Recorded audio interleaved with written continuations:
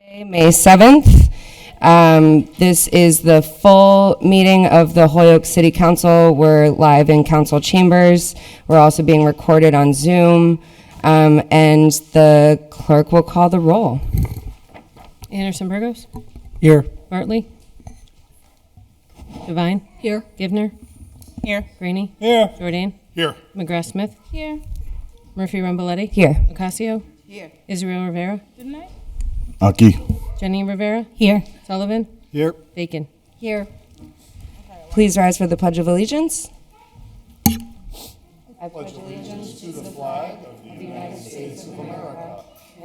Republic for which it stands, one nation, under God, indivisible, with liberty and justice for all. God bless America. And the city of Holyoke. And all its people. And City Council.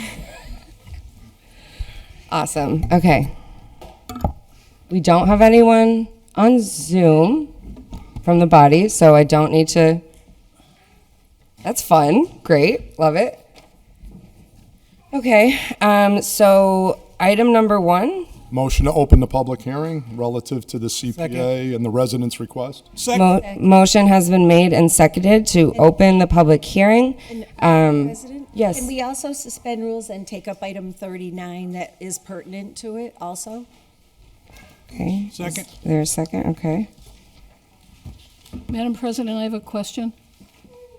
Yes. This is a public hearing. It's a public meeting. Is that unusual? I mean, for this type of thing? No, for a petition that's been signed by a certain amount of Okay. registered Okay, voters. all right. So, yeah. So the motion was made and seconded to suspend the rules and take up items 1 and 39. All those in favor? Aye. Any opposed? So do I have permission to read an abridged? Yes, motion Version? to read an abridged request. Okay, great, because this is going to be a long meeting. Order 39 is, or item 39 is from the Committee on Finance, to whom is referred an order that the ballot question approved by the City Council be placed on the ballot on November 4th, 2024, as referenced in the September 26th, 2023 decision by Judge McQueen. The ballot question reads, shall the City of Holyoke amend the current Community Preservation Act real estate surcharge, which amendment of such surcharge is permissible pursuant to Section 16 of Chapter 44B of Mass General Law and approved by its legislative body from 1.5 to 1.0, a summary of which appears below. So with that, we will start the public hearing. Before we get started, for those of you who may be new to this process, this is my first time running a public hearing as the City Council President, so we'll do this together. You have the opportunity to say your opinion on the, there are various petitions. There's folks regarding the CPA rate change. So if you have something, if you're here tonight for something that's not related to this, you will still have the opportunity to say your piece. That's going to be during the public comment period. But for the purposes of this public hearing, we are here to discuss the CPA rate change. So just keep that in mind.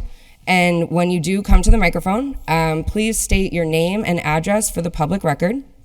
And please direct all comments and reports to me. We're not directing anything at any other counselors and counselors as well. We are not here to respond. We are here to listen. And so I just want to remind everyone of that as we go through this process. Counselor Anderson Burgos, do you have a question? Yeah, just for clarification for some of the people in the audience. So they signed up for comment. So if we're having this hearing, are they gonna be part of that hearing and comment as well? Oh, I get want you. to clarify the two so that they're Sure, yeah. The form that is out there that you may have signed up for is actually for public comment, which means that that's separate from the public hearing. So for the public hearing, you can just come up to the microphone, state your name and your address. Does that clarify? Okay. All right. So we have petitions here, a big stack of petitions. Oh, that's not all of them. Who from the public would like to go? Jeez. Thank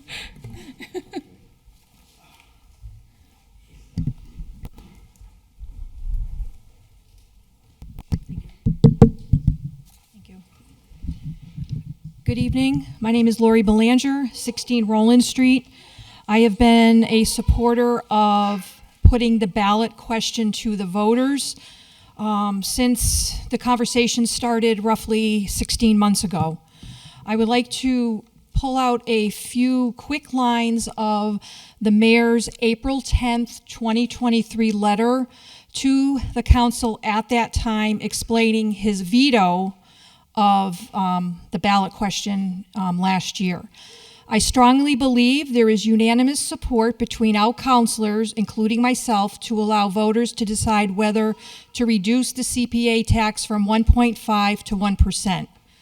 So right off the get-go, we're talking about, the ballot question going from 1.5 to 1, not staying the same, not increasing. The second piece is, since we have a presidential election coming up in 2024, I veto the measure and encourage the city council to send this back to committee for further discussion and agree to place the ballot question on the 2024 state/presidential elections. Regardless of how people feel about the CPA, I share the opinion with the council that it's important we let the voters decide. So the mayor last year vetoed the original order and defended it and outlined, what he would like to see. He wanted to put it on the presidential ballot to, thinking that it would get more voters out. This is important because it plays into the court order, because this letter was added as evidence in the court order from Judge Milqueen, where she says in her order that economic loss is insufficient as irreparable harm, and there's been no showing of any other harm if the surcharge reduction appears on the November 2024 ballot instead of November 2023, as agreed to by defendant Garcia. So, we're now at a point where I'm interpreting this after 16 months, many hours, reaching out, coming to meetings. I think that in this moment in time, that the city and mayor has an obligation to the court to put this on the ballot. He defends his position in April of 23. That position is then part of the judge's order to not necessarily put it on last year's ballot, but because he promised to put it on 2024, she allowed it. So this information is in play, and I think the council needs to think a little bit about where we are time-wise in terms of what Brenna needs to have so she can get the ballot question to the state. And also, this was done in April of 23. 13 months later, anybody who had questions or concerns or wanted to flesh out details have had the opportunity to do so. Because now, if this kind of gets a little bit more delayed and there's more questions and things don't happen, what is the recourse for the folks that went through the process to put it on the ballot? It then becomes a harm, because now you have a deprivation by the council and the mayor by not putting it on the ballot. He agreed to put it on the ballot. How you get there is not my issue, it's your issue and with the mayor. But he said this to the court. So now what happens? Do residents have to go back down to the court in front of Judge Milqueen and say, you know what? This is what we saw, this is what's happening, and where are we? Do we really want to have the court mandate the ballot be put on, the question be put on the ballot. This is a democratic process. You may not like the ballot question. That's not the point. The point is everything has gone through the steps. And I hope that we don't have to get the court involved. It would not look good on our city, and I don't think it would look good on our elected officials. That's what we're asking for. Just put the question to the voters. It makes for good government. Obstruction, depriving voter rights is not in the best public interest. That's not good government. Thank you. Thank you. Go for it, yeah.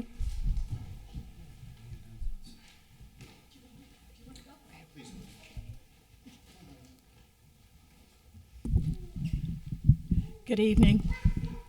Helene Florio, 31 Wellesley Road, Holyoke. I am a resident and also president of the Holyoke Taxpayers Association. I'm here to say again, please put the CPA question on the ballot.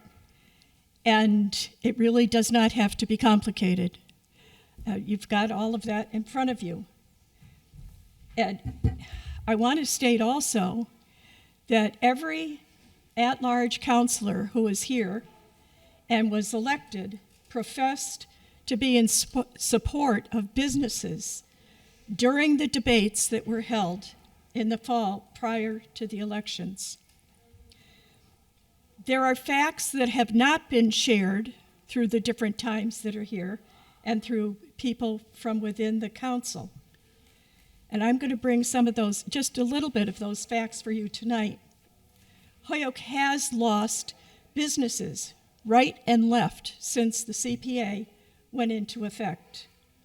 The extra tax has hit businesses large and small in a hard way. But no one from Holyoke taxpayers or from across the city, as far as I know, has put in a petition or anything else to remove the CPA. The effort is just to reduce the tax from 1.5% to 1%, which was agreed on and supported by the council prior to your administration, but it was agreed on, and that's the one where the mayor vetoed it. The payments may be relatively small for extremely low-income families or low-income seniors. But are any of you aware of what the businesses pay? I represent Holyoke taxpayers, as I told you. And at our last board meeting, 5 of our members spoke up and said, I'm more than willing to share what this has done to our business and what we have to pay. Bresnahan Insurance was the first one to step up, and their extra cost is $197, and that is over and above the taxes that they pay, which are close to $18,000 a year. Meridian Industrial Group, one of the larger employers in the city, they're a machine shop. They pay $255 a year over and above what their taxes would be. And then we jump. Everybody loves, and everybody goes after him all the time. Support me for this, support me for that. The Gary Rome Auto Group. This is before the car wash was built, because that wasn't opened and was not part of this at the time the figures were done for last year.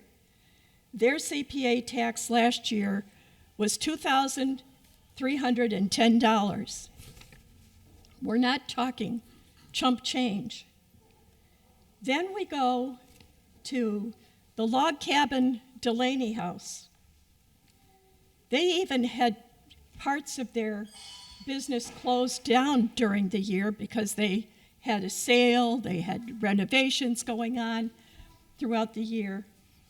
Their figures for just what they paid for the CPA tax, $16,460. That's a lot of money. It's a lot of extra meals that you have to prepare, things that you have to build up your costs on. And then the last one who was sitting at that board table was the Holyoke Mall. And this one is all telling, because this one is really sad when you take a look at it. In 2021, the CPA tax from the mall was $102,671 and change. That was in 2021. In 2022, it dropped to $81,209. The CPA tax remained the same, and valuations supposedly are going up in Holyoke, but the businesses are having a hard time staying involved, and they're dropping like flies. And this past year, the mall indebtedness was $77,017 and change. Just so you don't have to do the math, that was a loss in 3 years of $25,654 and change. And you take that as only the 1.5% of the amount after you do. You know, we have a problem. The businesses have a problem. And a lot of the homeowners have problems too. It's not the majority.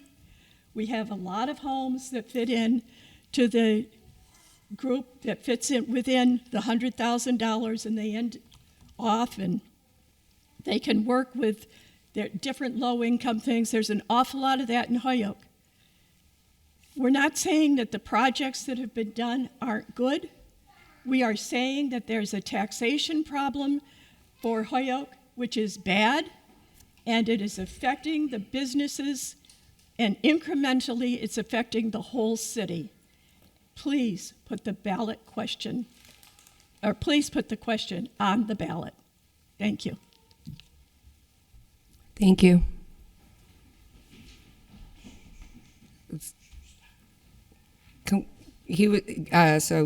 Yeah. Good evening, Jay Ferreira, 6 Taylor Street, Holyoke, Mass. I'll be very quick. I apologize for the disturbance. My wife is working tonight. I'm against the reduction, and I just want to explain why. My taxes since I bought my house have gone up. This is not CPA related. It has gone up 154 in 1 year, up 960 in 1 year, down 26, up 551, and then down 23. So if this passes, I'll save $11 a year. I'll be honest, I won't even notice that. I'd much rather the parks. I'd much rather the investment in the city.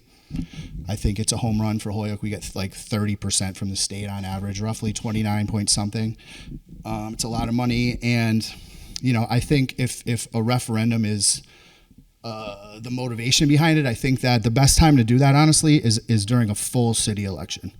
I think a presidential election is not ideal. I think a full city election with the mayor and the city council on the ballot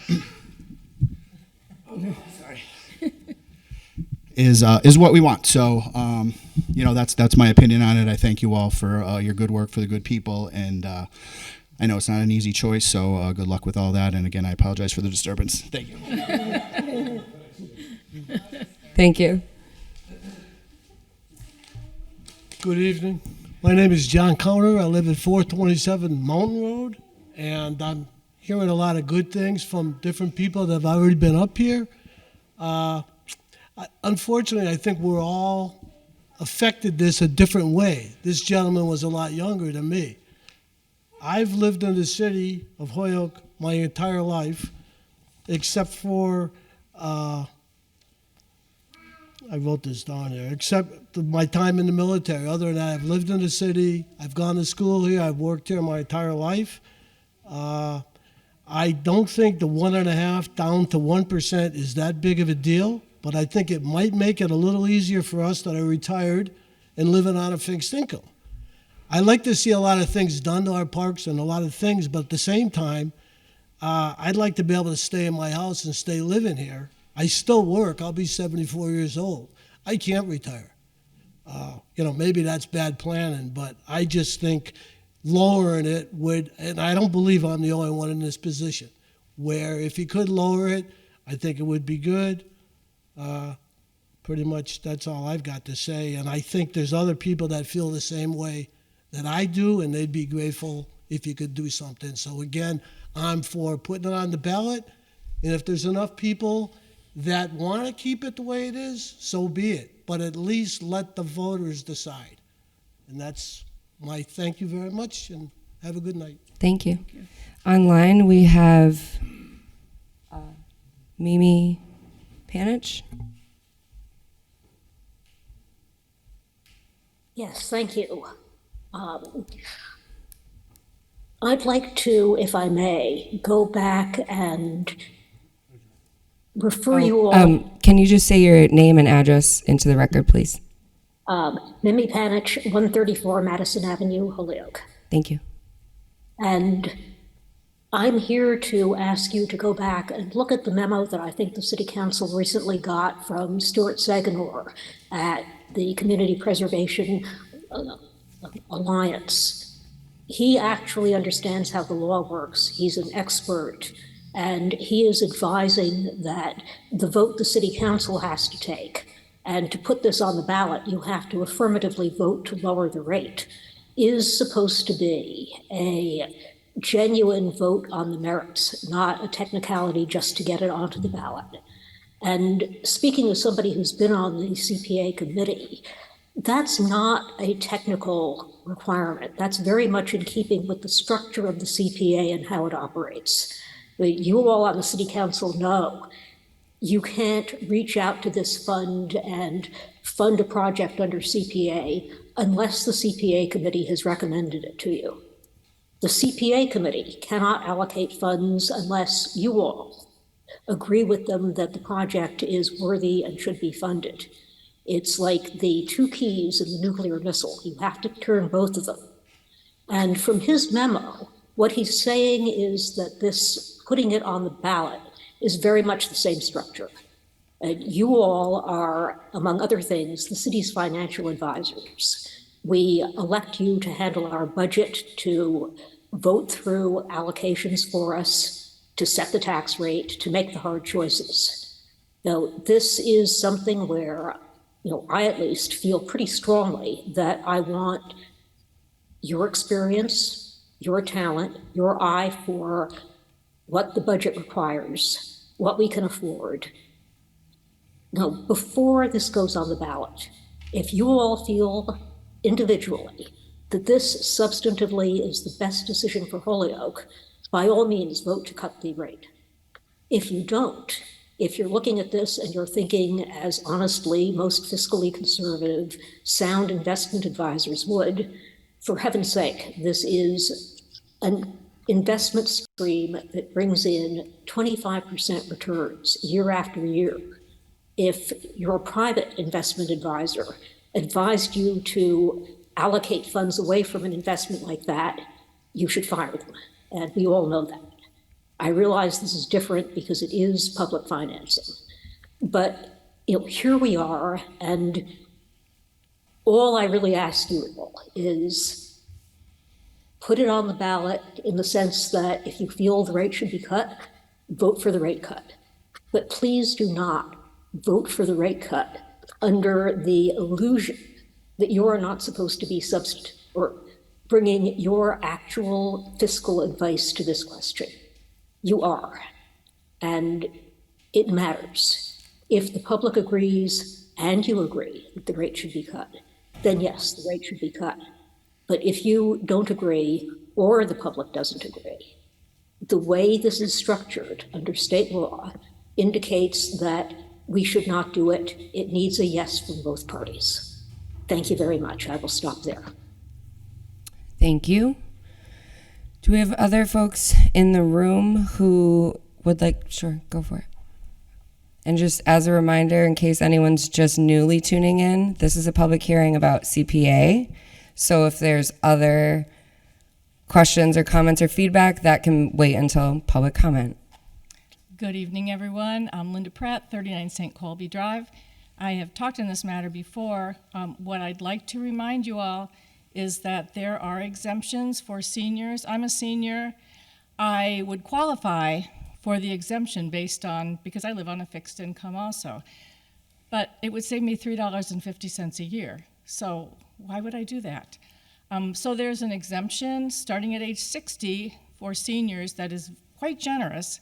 There's also a low-income exemption, and the first $100,000 of your property value is also exempted. So let's just keep that in mind when we're looking at the benefit. I am very much in favor of keeping the 1.5 where it is. I do think as a council, you're going to want to look at businesses and the split tax rate that we have in the city. Decide what you want to do about that. So thank you very much. Thank you. Yeah, my name is Orlando Isaza, 1198 Dwight Street. I think any measure that would result in lowering the surcharge would be misguided and kind of short-sighted. I think there is ample evidence that the return on investment of CPA is highly beneficial to the vitality of the city and its population. Thank you. Thank you very much. Let me check online. Online, we have Spencer Fox Peterson.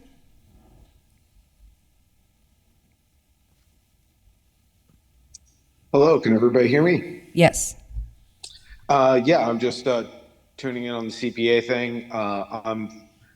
I would strongly urge we keep it, whether it goes to a vote, whatever you decide. But reach out to the community. I strongly suggest we keep it, as for all the good reasons that people mentioned, being a good investment, etc. And for those that are concerned about misspent funds, there's other places in the budget we can certainly look. For example, ShotSpotter, technology used by the police, is highly ineffective. It's actually some of its earliest tenets of using that technology are getting rid of it. You can look at Chicago. It hasn't helped their gun violence problem. So there's other things in the budget we can look at. And that's really, if that's the concern too, I've heard a couple people say that lived on fixed incomes. There's solutions for that, and we can look elsewhere to save the money and lower the tax rate. And thank you, everybody, and have a good evening. Thank you. Oh, Spencer, can you just say your address into the record? I thought you did. Sure. Spencer Peterson, 51 Portland Street, Holyoke, Mass. Thank you. Up next on Zoom, we have Jordan Hart. Hi, good evening. My name is Jordan Hart. I'm a Holyoke resident, but I'm here tonight. State your address. Sorry, thank you. No worries. 31 Longwood Avenue, apartment 2, Holyoke. I'm speaking tonight as executive director of the Greater Holyoke Chamber, in favor to keep the CPA tax. I know that there's been some really great points made as to why we should keep it, but for me, representing the business community, this has helped create an environment that makes people want to come and support our businesses no matter what ward that they are in. It helps our parks so that our children have updated playscapes that they can play on. There's just so many benefits, and the increase of $30 to $50 approximately, in addition to everyone's tax bill, whatever the case may be, all of that will add up to create a better environment for the city. And we all know that the city's budget is tight. I don't need to tell the city council this. And this is a great way for us as a community to come and support recreational, cultural, and creative opportunities for everyone in the city. So I just urge everyone to reconsider and keep the CPA as is. Thank you. I don't see any others on Zoom right now. Councilor Bacon? Thank you, Madam President. Could I ask, please, that you read the heading of the petition into the record for the public record, and what the basis of the meeting was called for. I'm pretty sure some of the people speaking didn't sign the petition that called for this meeting. Which And- they're allowed to. Oh, I'm not saying they're not. Okay, I'm just not saying. they're not. Okay. But I do Wanna- think it should be sounds clear to the confusing. public what the petition requested of us. And it should also be noted that over 150 certified voters signed this petition relative to the ballot question, and there were more that aren't voters. They may become voters, but I think it would be appropriate because it was the basis for why this meeting was called. Thank you. Yeah, of course. Thank you. So what's in front of me that's up here is what was submitted for tonight's committee. So hold on. I'm going to pull it up here. Yeah. Okay. We, the undersigned residents of Holyoke, petition to the Holyoke City Council to have the ballot question to amend the CPA rate from 1% to 1.5, placed on the November 5th, 2024 ballot as previously voted by a majority of the City Council in 2023. Mayor Garcia has indicated if approved by the City Council, he will allow the question to go on the ballot. This is the first opportunity voters will have to vote on the rate since the CPA surtax went into effect. As our elected representatives, we seek you to favor and vote of this ballot question. We seek a meeting of the City Council to discuss this voters' rights issue. Is that good? Yes. And I would just note further for the public record that over 150 certified voters did sign the petition. Thank you very much.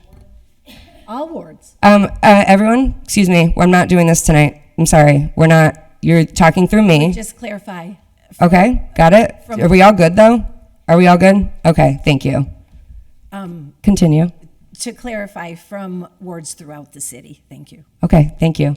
Councilor Rivera. Just real quick, I don't actually have that one, but I have another one here. I guess I would ask that if that one got read, then why not read the other one, right? So my plan is to, no one pulled it up, no one took it up. So if there's a motion, I'll entertain a motion, but that it will get read. Motion to take up the other petition that got filed. Second. Okay, so that would be item Mine says 1 for some reason. Item 1. Are they put together? That get? Oh, I think they're both together. Okay. So for those of you tuning in, we have petitions that have now, as of today, been submitted both for and against, because this is democracy, and that's beautiful, right? We love that. So everyone has had the opportunity to come into the public hearing tonight and express their opinion either way, and I'm happy to read this into the record as well, since it's under item 1.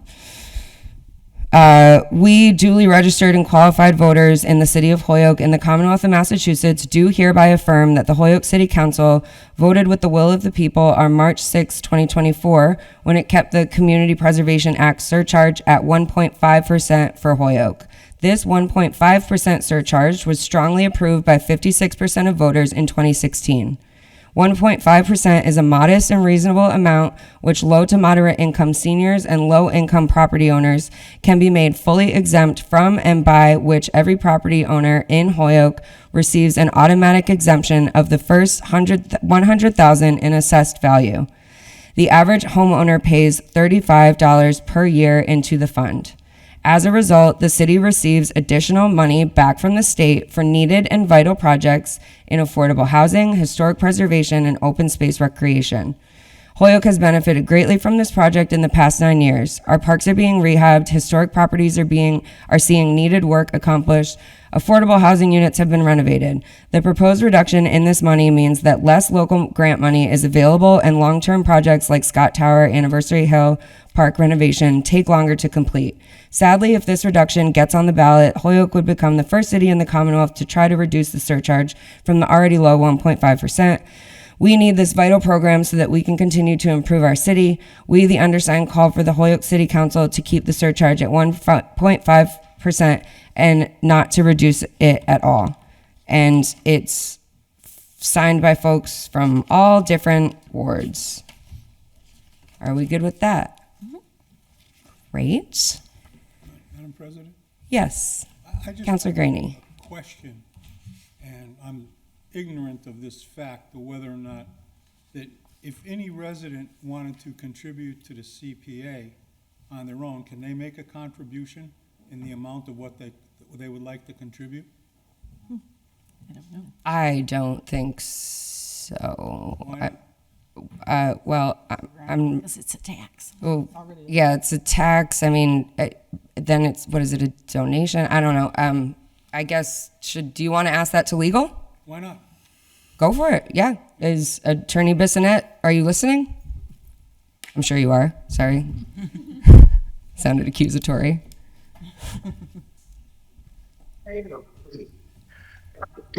Excuse me, yes. Counselor, did you hear my question? Is it legal for residents to contribute voluntarily to the CPA? If this goes on the ballot, for instance, and the people vote to reduce it, those who want to keep it at 1.5, is it legal for them to make a contribution to the CPA in that amount? Or amount in any amount they wish to? Interesting question, Mr. Graney. Not one that we've actually considered in this debate. I know there are provisions for voluntary tax additions for the property tax, but I don't know, perhaps Attorney Degnan might be able to weigh in on this. Kathleen? Yes, Mike is right. We haven't had this question before. This really is, it's a tax. I mean, there is another provision of the act that we did not follow that has to do with additional revenue. It's a little bit different, but if I may, I want to make sure I am thorough. I'd like to, if possible, get back to you on that question the next time that you meet. My thinking is right now, off the top of my head, I don't, it's a tax. So, but I won't say for sure that you can't. I just want to, it's nothing that we've looked at before. The question's never come up. Just thinking, that's all. Yep. Okay, Councilor Rivera? Real quick on that same topic, through the chair to the city solicitors. I've seen that in the past we've accepted funding as donation and gifts, but it would have to be approved to the council. Would we still be able to do that same process then? So like if someone said, I want to donate $20,000 to CPA and they allocated it, wouldn't we still be able to approve it for it to be allocated as an accepted donation? So there is a process, I would say. It's just that it would still have to go to council and we would have to approve it. Does that make sense? Attorney Bissonnette and Attorney Degnan? Right on point.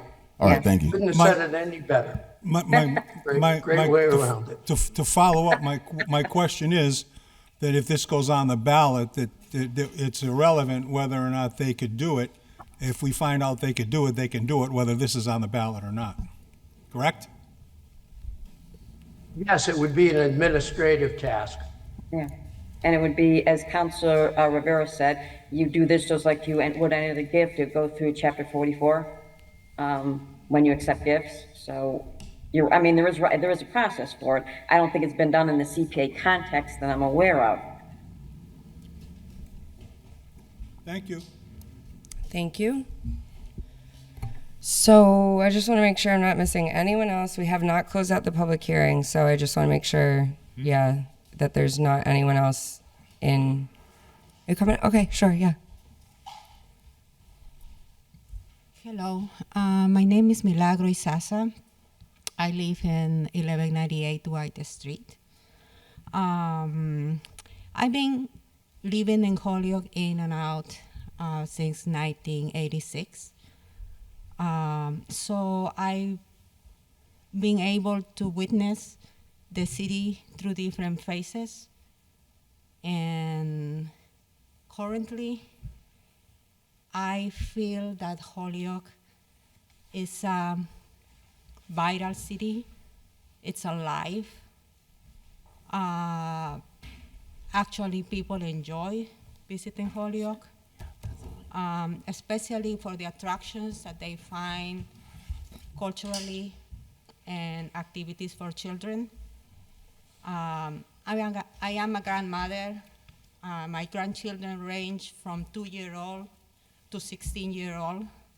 So I've been able to use the different recreational areas that Holyoke has.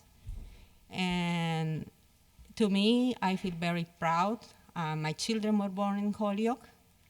So Holyoke to me is like my city.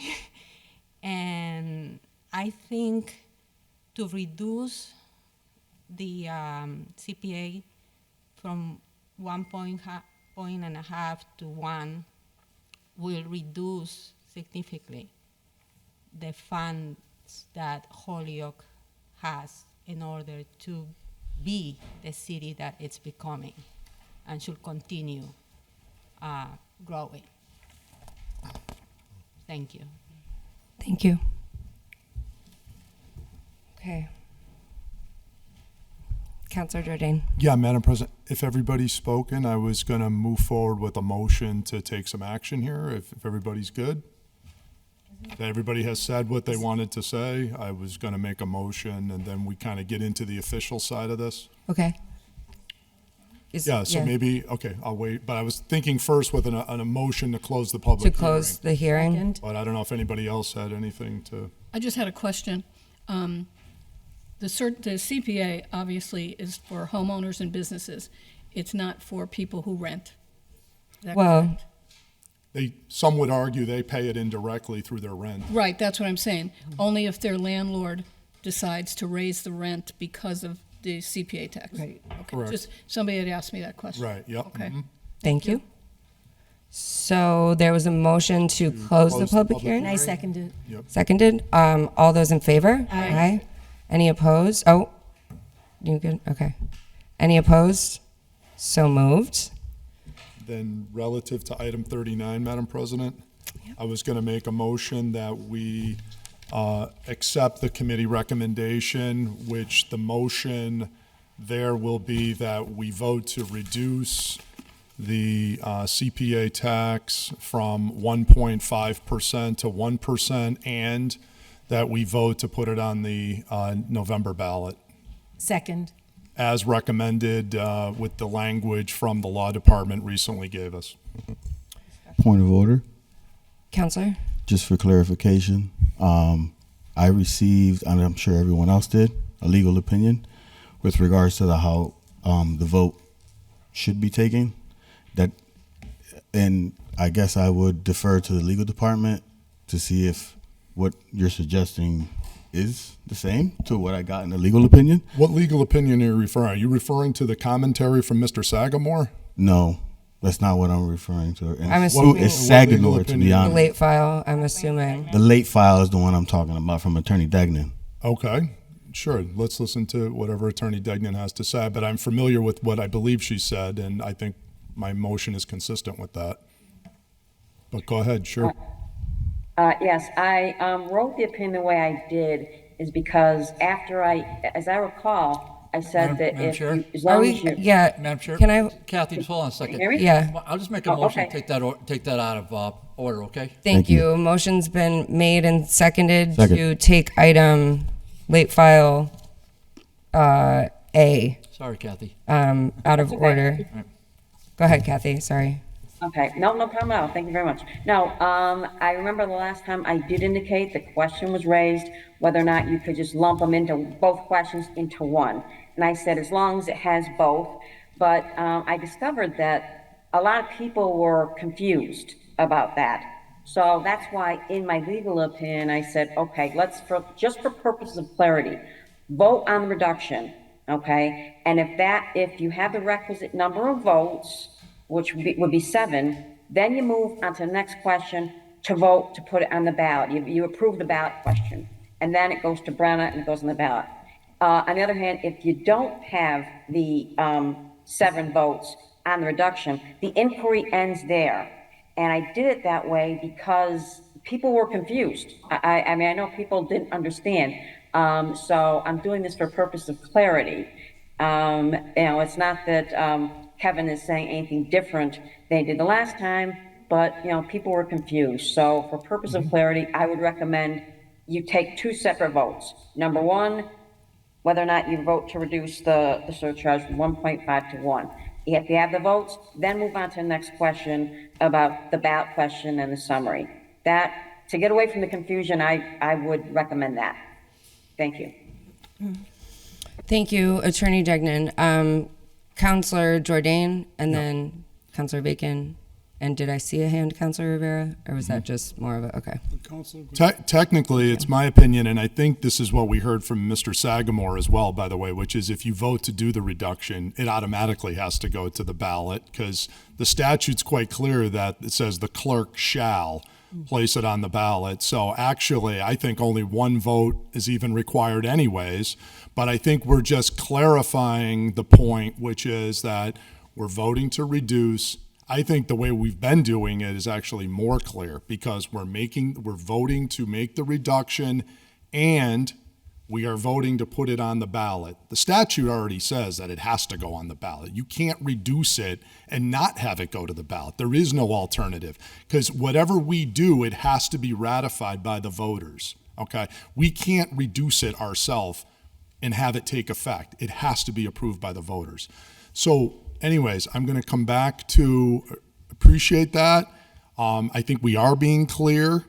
I don't think there's anybody in this room that doesn't know exactly what we're doing here, okay? We are voting to reduce from 1.5 to 1, and we are voting to place this on the ballot. That was the 4-1 recommendation out of finance.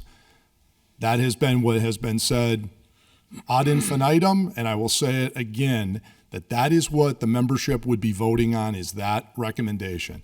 Reduce it, place it on the ballot. Thank you.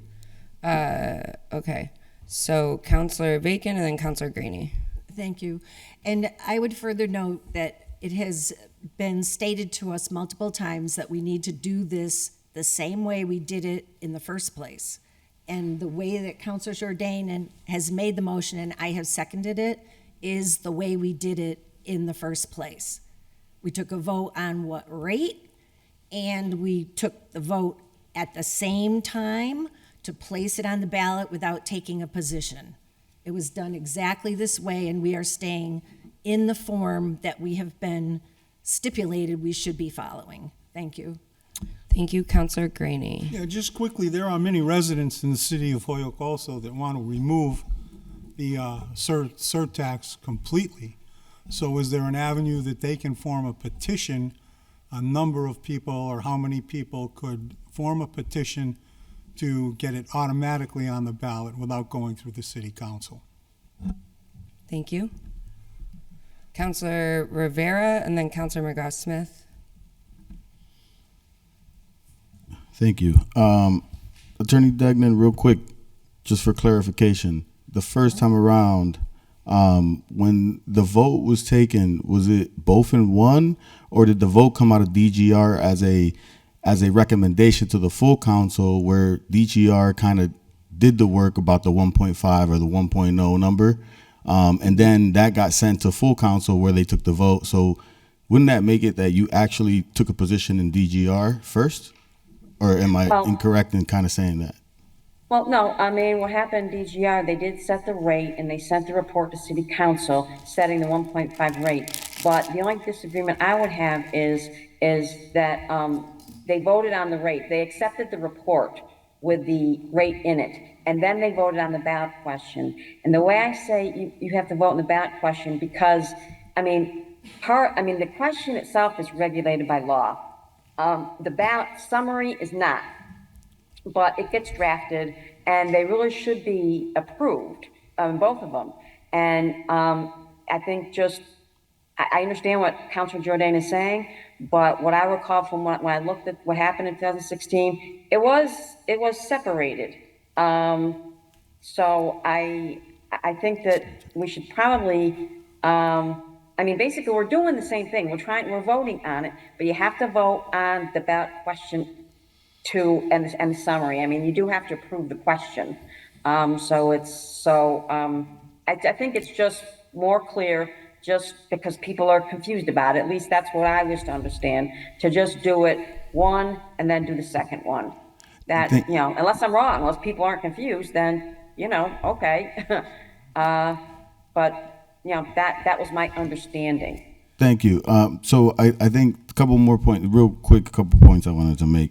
The thing for me with the two votes in one, it's a confusing mechanism, right? Where for me, it doesn't actually allow for certain individuals to actually identify certain stances, right? Whereas here, you can go ahead and say that because I don't agree with bringing it down from 1.5 to 1.0, that I don't want it to go on the ballot. And that's not necessarily true. I can believe in not bringing the money, the rate down from 1.5 to 1.0 and still believe in putting it on the ballot. Those are two separate things. And right here, I cannot vote for one or the other when you do that in one. And that's taking away my right to be able to vote and opine on this particular issue. So I think that it's a mechanism used to confuse the public, because here people are coming and talking about us voting on putting it on the ballot when technically we're supposed to be voting on bringing it down from 1.5 to 1.0. So they're two different things. So we have people coming at me about putting it on the ballot, which I totally agree with. I'm not against putting it on the ballot. I just don't agree with the rate going down from 1.5 to 1.0.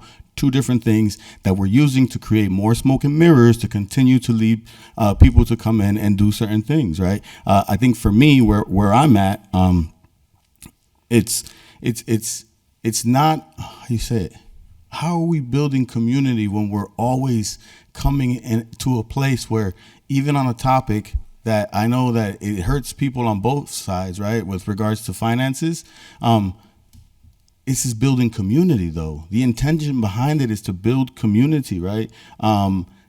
Someone from the public came in and said that she's noticed the city more vibrant now, right? I think for me is vibrancy, livelihood. We're trying to change the narrative. We're trying to alter the narrative. As mentioned before, our budgets are tight. It's not like we're going to be able to fix Scott's Tower with extra money that we get. We don't have extra money coming in, right? Like ARPA's done. A variety of other revenues that come in are done. What is the next revenue then for us? We rely on the businesses? And I'm hearing the businesses don't want to, not in a sense don't want to be relied on, but they feel like they're being relied on too much. So if we remove this, then what are we going to do? Like, what would be the next mechanism then? It would be to raise taxes still, to then cover the stuff that we can't pay for through CPA?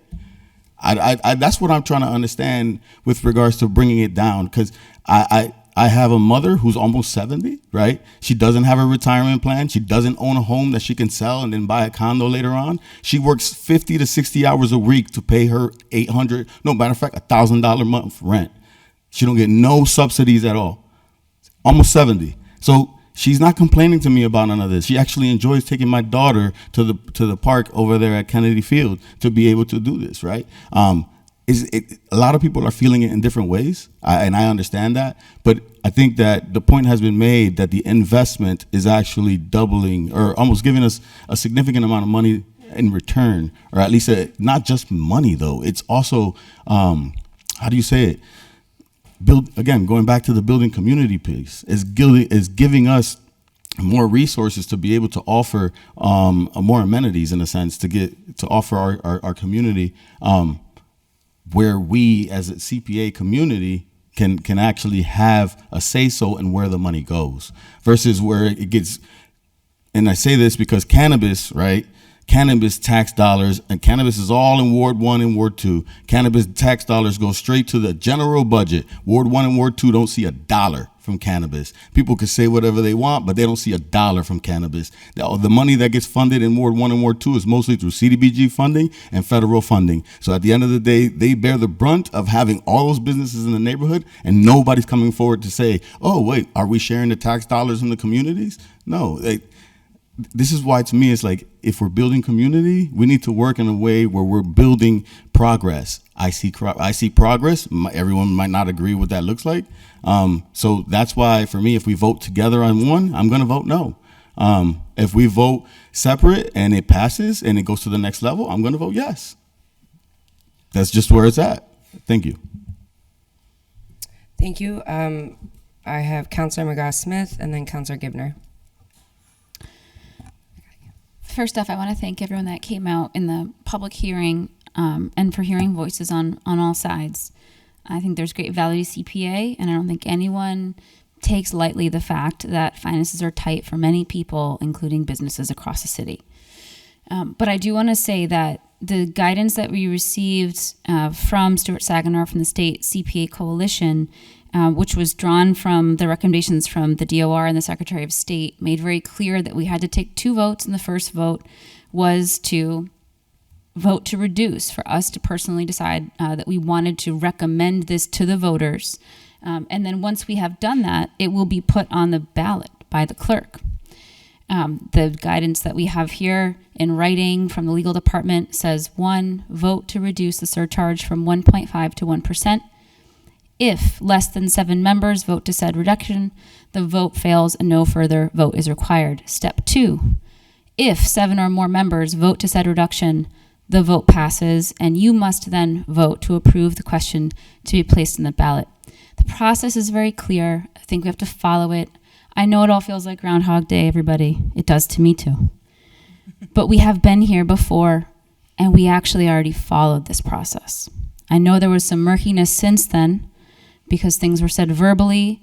We have a city solicitor's department that has several city solicitors. It's possible that not all of them are on the same page. We now have in writing an opinion that has been approved by the entire city solicitor's department that is also, we can see, backed up by what we're hearing from Secretary of State, the DOR.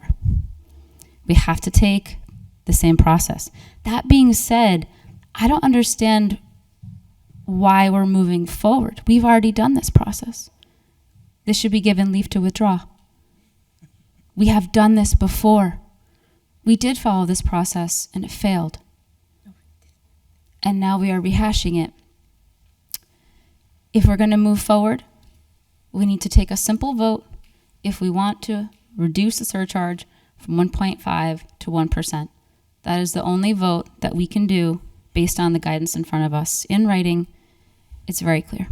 Thank you.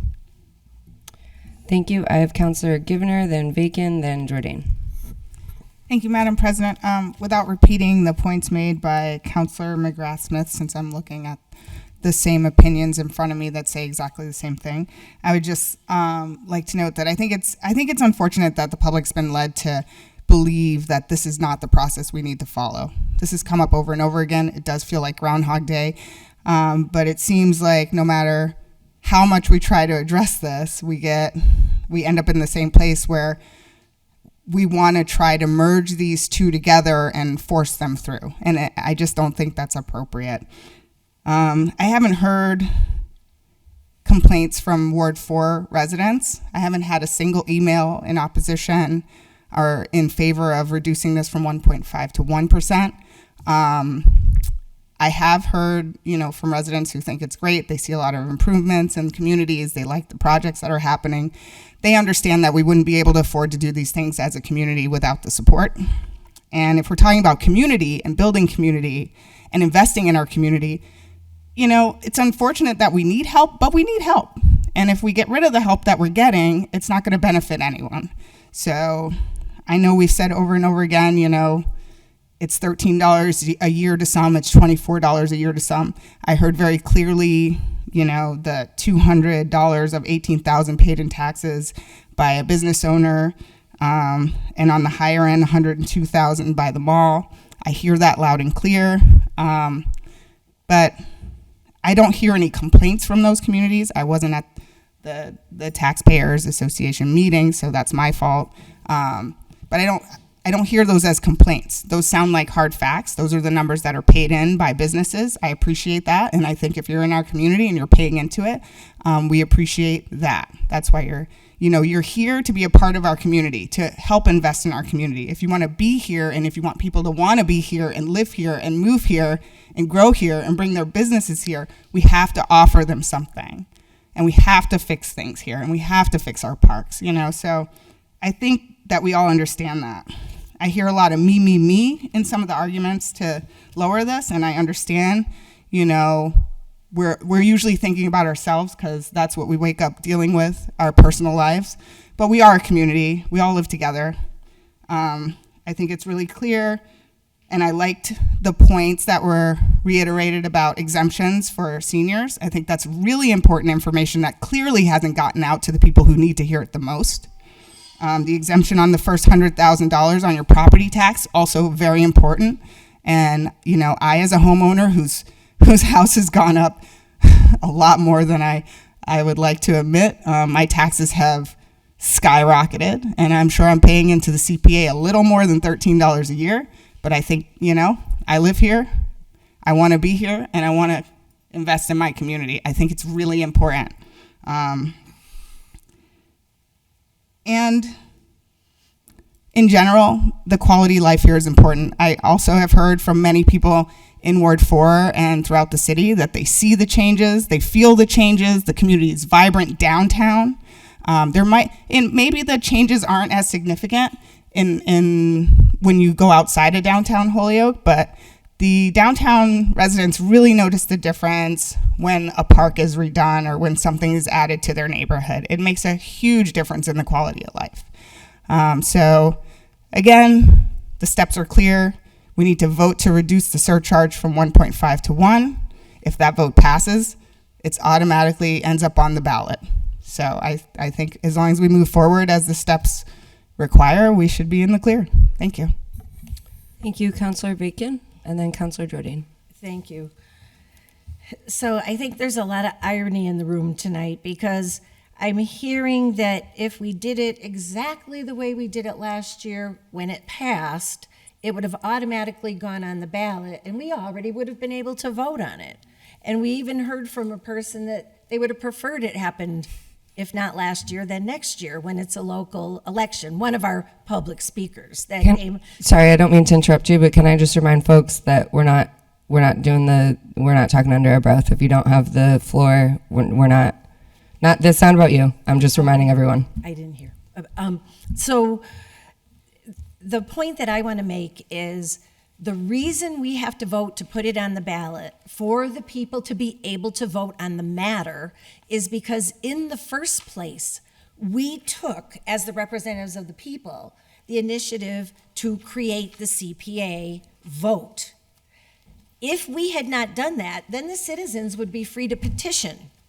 But because the city council took it upon the council body to make that determination, now the citizens have to wait for us to vote when they petition us to give them the ability to have a say on it. So it is smoke and mirrors to say, I want to put it on the ballot, but I'm not going to vote for the reduction because every one of us sitting here knows if you don't vote to reduce it to 1%, it can't go on the ballot. So that's the only smoke and mirrors going on. We all know what the vote is for, and the way that it is before the body is 2 votes.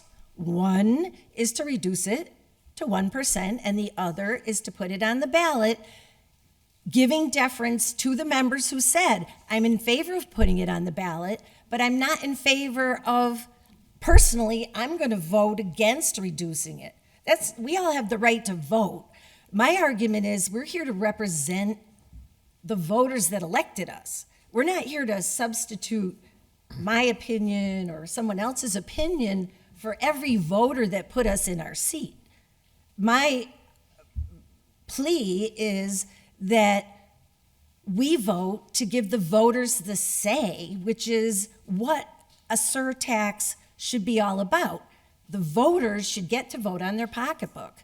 And the taxes have gone nothing but up, And we're always concerned about how we're going to pay for things. While we're worried about how we're going to find more money to pay for more things, the people who are paying their bills are worrying about what they're cutting out to pay for the things they have to have, never mind the things they would like to have. And maybe it's time we start looking at our city budget the same way and start thinking about what is it we need for our city, because our people are hurting. And if people aren't hearing it, I don't know how you're not hearing it, but thank you. Thank you, Councilor Jordan, and then Councilor Givner. Thank you, Madam President. Couple points I'd like to make. Number one is, I don't like this entire process relative to how we can vote to effectively charge other people taxes. I'm troubled by the whole process. It's wrought. I mentioned later in this meeting another one which is above and beyond. It's like this on steroids, which is basically we can just now create, and this is what you're watching the legislature do, pass the buck. Instead of funding communities properly, they basically throw you all in a cage match and say, start taxing each other, okay? Oh yeah, it's only $10 and we're gonna create these setup job exemptions where it's basically like, yeah, it's only because of all these exemptions, because we don't really have the chutzpah to give the money that the community needs, you'll only get a $3 tax bill. But by the way, you get to vote to give the Holyoke Mall a $100,000 tax increase, but you'll only pay $3. They don't even get a vote, but you get a vote to give them a tax increase of $100,000. Great job, legislature. This is what is the whole thing. You know, I have to enter into the debate that, you know, we're fighting like, you know, not that we're fighting, but rhetorically fighting over, you know, who pays what, and it's a debate. We are dealt with this rat race that we're all put inside, all 13 of us and the residents of Holyoke, and we have to divvy up the pie in some way where we start increasing each other's taxes. And, well, it's not bad for me. And, oh, yes, legislature, can I have some table scraps, please, so that I can fix a park out at Kennedy Park that should have already been funded by the state because we're chronically underfunded and we never give you the money that we should have. So, yeah, log cabin, I get to go up $30, but meanwhile, I get to go up $16,000 on you, log cabin, in order to raise $30 for me, or maybe $3 for me. And I mean, does that seem fair? Does the log cabin get a vote on this? No.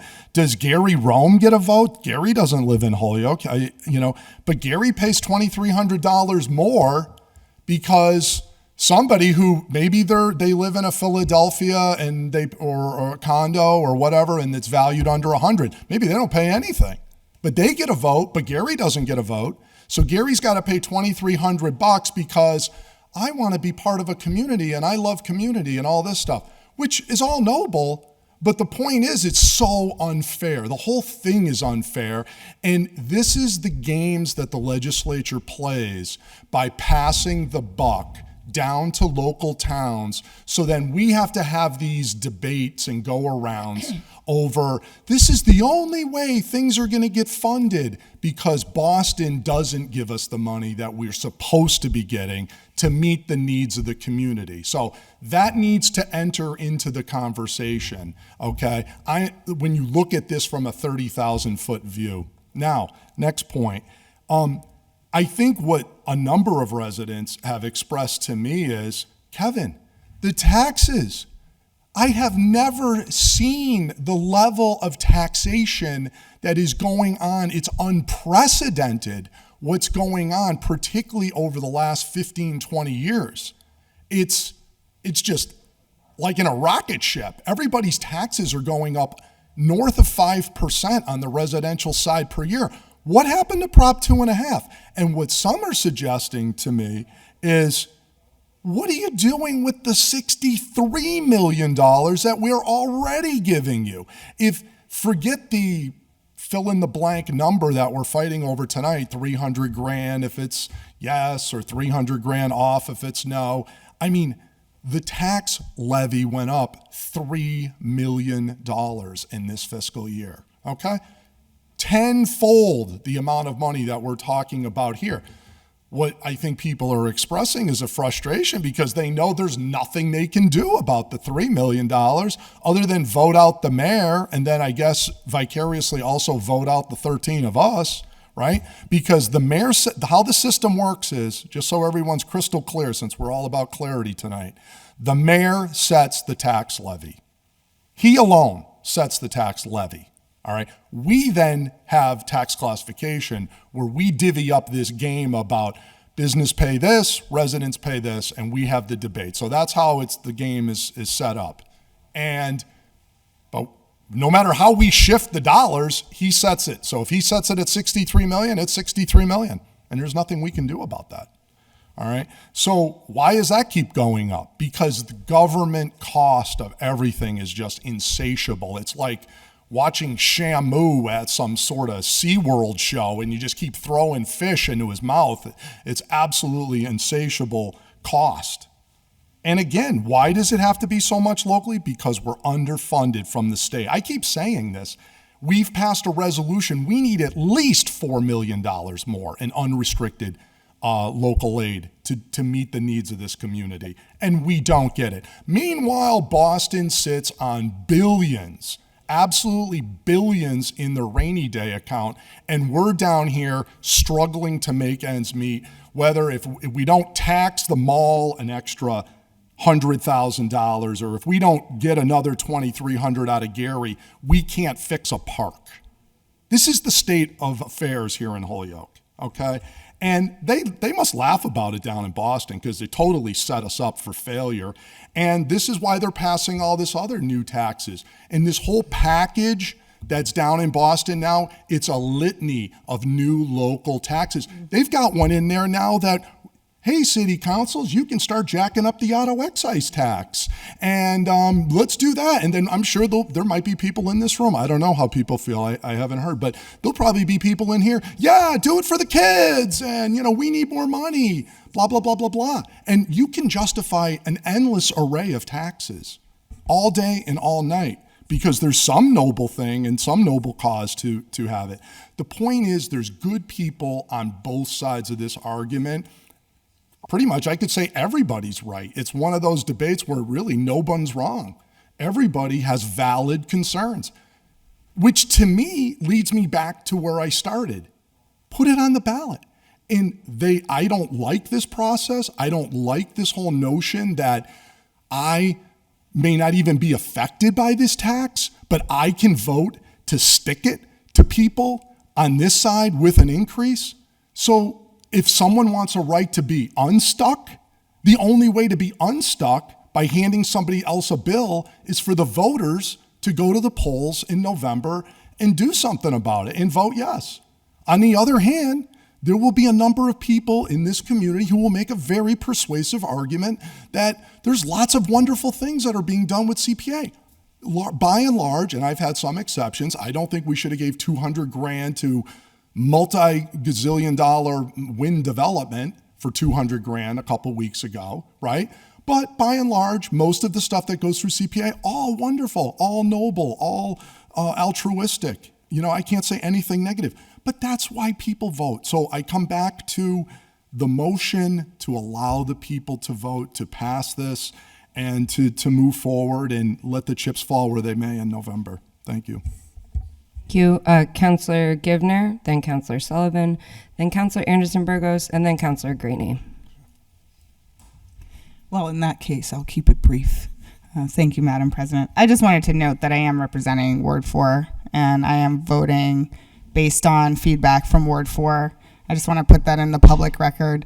And I think it's unfortunate that taxes have gone up, but they've gone up nationwide since COVID. This is a fact. This is everywhere. So I definitely believe we need to figure out new ways to work with that, around that, through that. But I don't think the CPA has anything to do with it. Thank you. Thank you. Councillor Sullivan? Yep. Thank you. Earlier tonight, we heard from Laurie Belanger. We've been talking about this for 13 months. Let's stop it. Let's put it to a vote. The voters, when there was no CPA tax, none, voted 56%, and there was no projects, nothing for anybody to look at, voted 56% in favor of it. Everybody's talking about, oh, we're going to cut this, we're not going to do anything for parks. The voters now have had 6 years of seeing what good the CPA does. If it approved by 56% of the voters last time, it should go through by a much wider margin this time if they've seen what's going on. Put it on the ballot, and let's not be afraid of it. Thank you. Thank you very much. Councilor Anderson Burgos. I'm going to try and be brief, but there's so much to unpack here. So obviously, last year I said that I want to put this on the ballot because it's true. We should put it in the hands of the voters, people who have elected us. But there's so much to unpack. And I want to clarify something that I heard earlier about the impacts on businesses and the closures of businesses since 20 and 21. But what was failed to mention is that was during the pandemic where a lot of businesses, not just in this city, but across our nation closed because of the pandemic. So I just needed to make that point. Listen, I was born and raised in this city. I just turned 54 years old. And when I drive through this city, since the CPA came into effect, and the differences I see when I drive through the city is night and day. I see the positive impact that the CPA has done for this community, and not just in Ward 5, 6, and 7, but wards that have been forgotten. Let's not forget that. Wards that have been historically set aside, cast aside, and no one cared to go get votes down there in wards 1 and 2, right? And all of a sudden, we want to say, oh, but their rent's going to go up and whatever. Again, that does fall on the owner of the building, right? So there's so much to unpack here.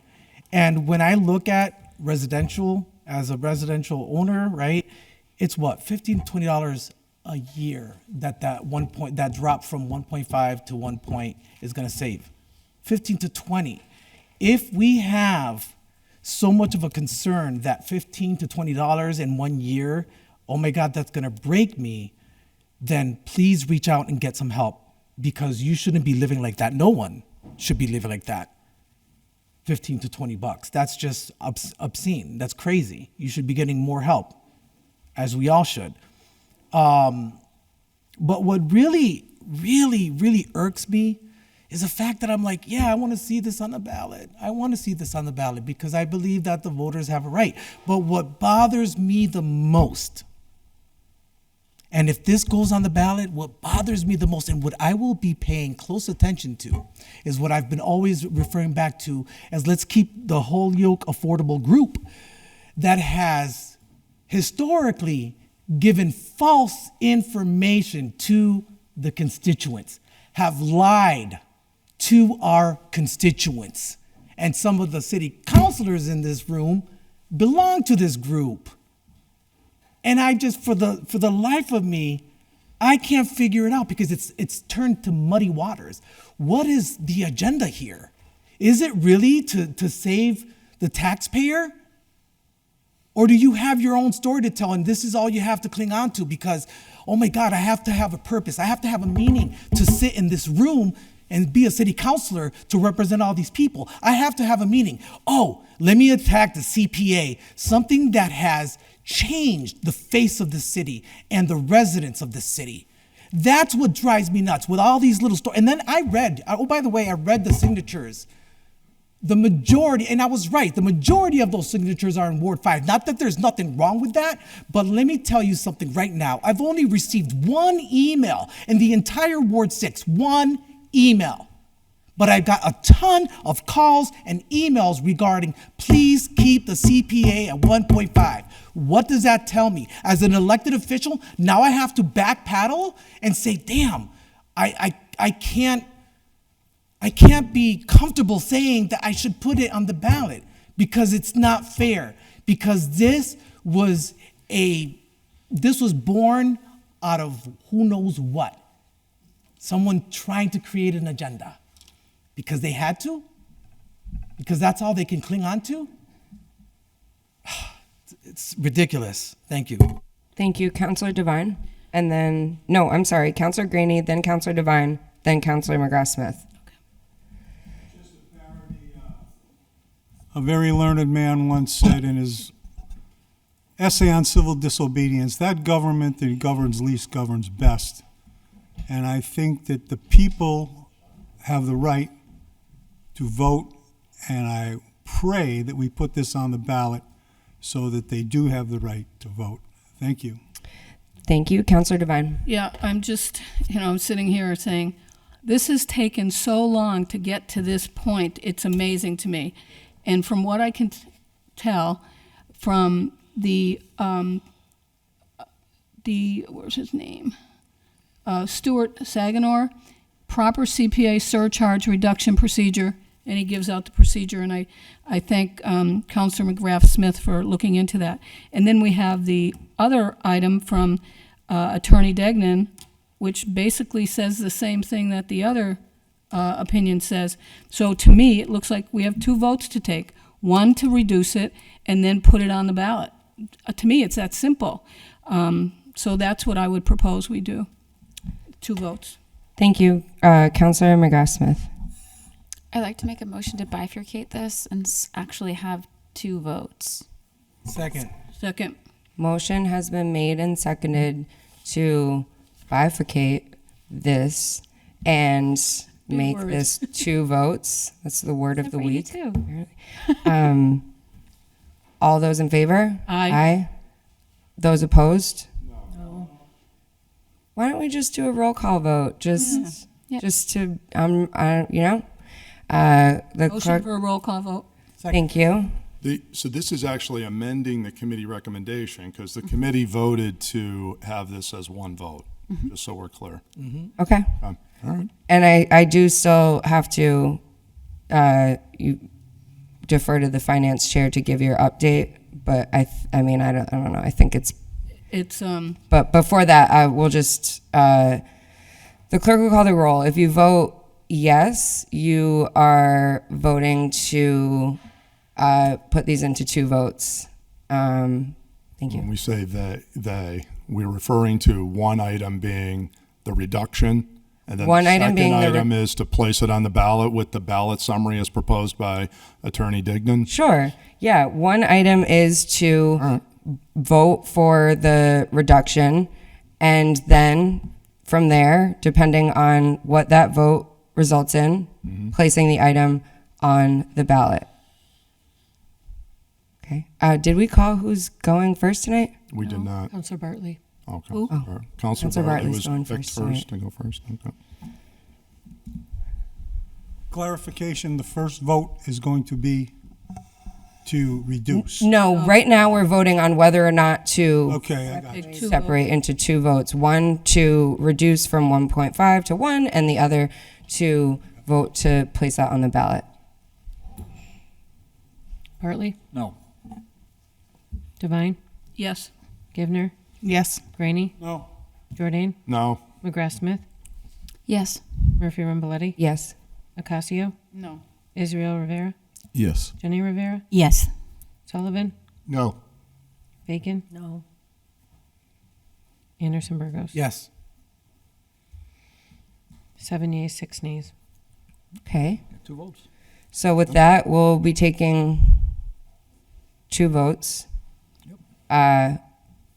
So from there, did you have a question, Councilor Jordan? I just want to make it once we get ready to make a motion. I guess are we ready now to make the motion to lower it? Keep this moving. I'm doing what the will of the body says. So. All right. So I guess if that's the will of the body, we just voted 7-6, then I'll make the motion to lower it from 1.5 to 1. Second. Okay. All those in favor? Aye. Nay. Wait, we need to do a roll call vote. Sorry. Hold on. Under discussion? Oh, yeah, that's what I meant. Under discussion.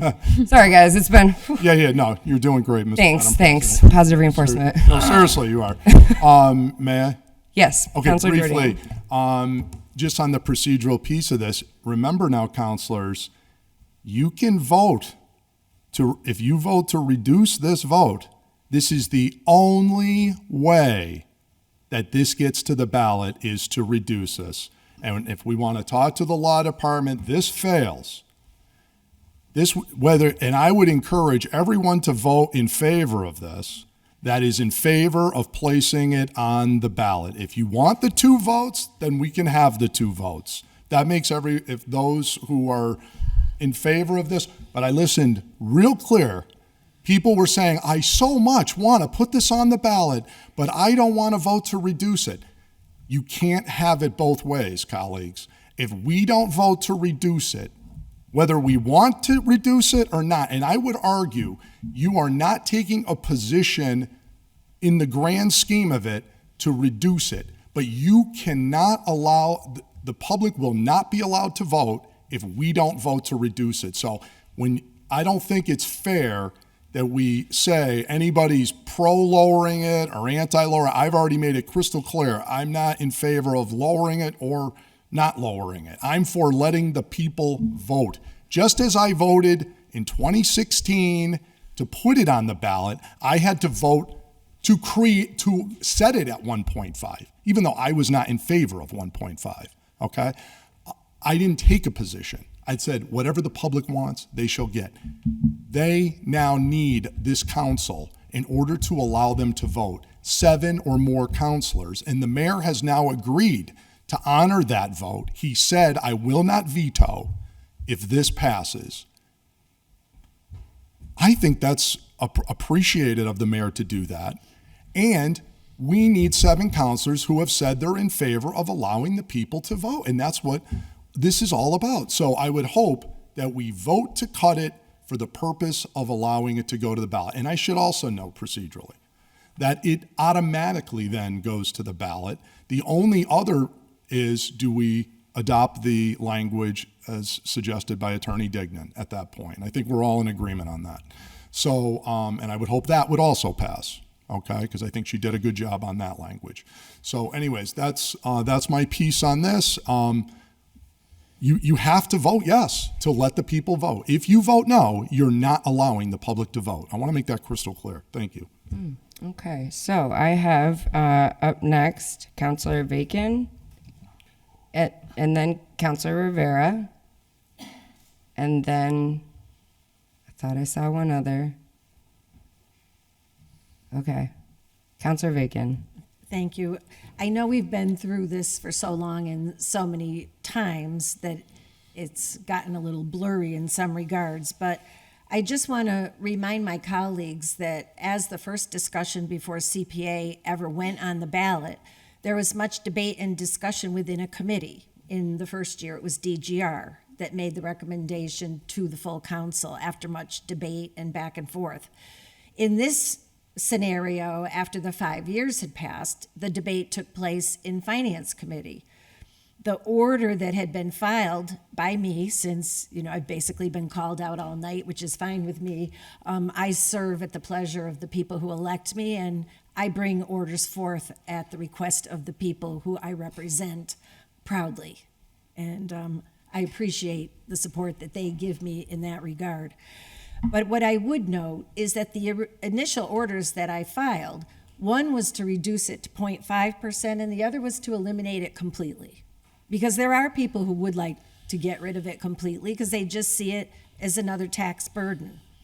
So as we have, as a body, I think when we do our good work, as we have done in the past, it went into committee, it got debated, it back and forth. This is too much, this isn't enough. I gave one leave to withdraw. And the compromise position that came out last year that did pass the council, and based on, interestingly and ironically, based on all the information that we have before us this year, what we voted last year should have been on the ballot last year, based on the advice that we've gotten. So, things change when times change, but I just would like us to remember that we went through a good process. We did a lot of debate. we did a lot of compromise to get where we are, out of a goal of being responsive to the people that we represent. And so I really urge folks to vote for the reduction. As we've said more than once, there have to be 7 votes in order for it to ever get on the ballot. So to say that you would like to put it on the ballot, but that you won't vote to reduce it is smoke and mirrors. Thank you. Thank you, Councilor Rivera. Election season starts today. I couldn't hear you, I'm sorry. I said election 2025 starts today. This is exactly where people are put. These are the points people are trying to highlight. People are really, literally repeating my words, and it's. I'm flattered. I'm actually flattered. Again, there's more confusion. Again, going back to that, right? Stating that this would automatically go forward. No, it doesn't. We still have to make a vote. It still has to be stamped and ratified for it to go to the ballot. So you still have to have the second vote. Still have to have that procedurally. That's the piece, right? So again, I go back to the smoke and mirrors, and I will coin the term so that nobody can repeat it after I say it. Don't worry about it. I'll go through the process of filing the actual paperwork so that next time you say it, you got to pay me. Because since everybody likes it now, I'm really flattered. So to get back to what I was saying, it's amazing to me, right, that we're talking about what the people want, right? And first of all, I was not here when this first got elected, when this first went through the process. That's the first piece, right? Whatever another council promised you guys wasn't my promise. That's the first piece. I'm gonna tell you that straight up.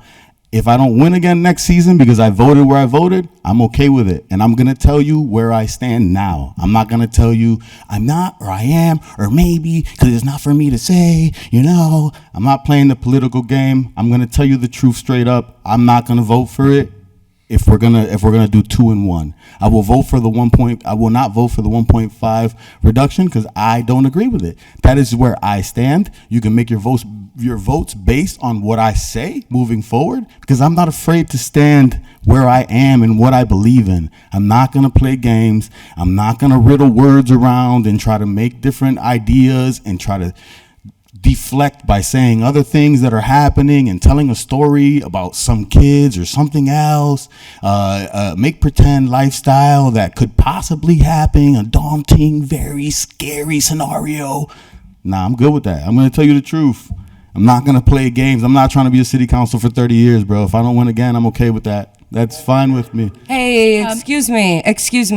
Out of Counselor, that is out of order. You do not have the floor. Madam President, Excuse me. I have a point of order. Honestly, guys, honestly, No. He no. continues to make reference to the senior members of this body. No. With his Counselor, personal Counselor, majority. I see everyone do it. Please do not single out one counselor, and you do not have the floor right now. You don't, okay? Counselor Rivera has the floor. Do you need to step away for a minute? Are you good?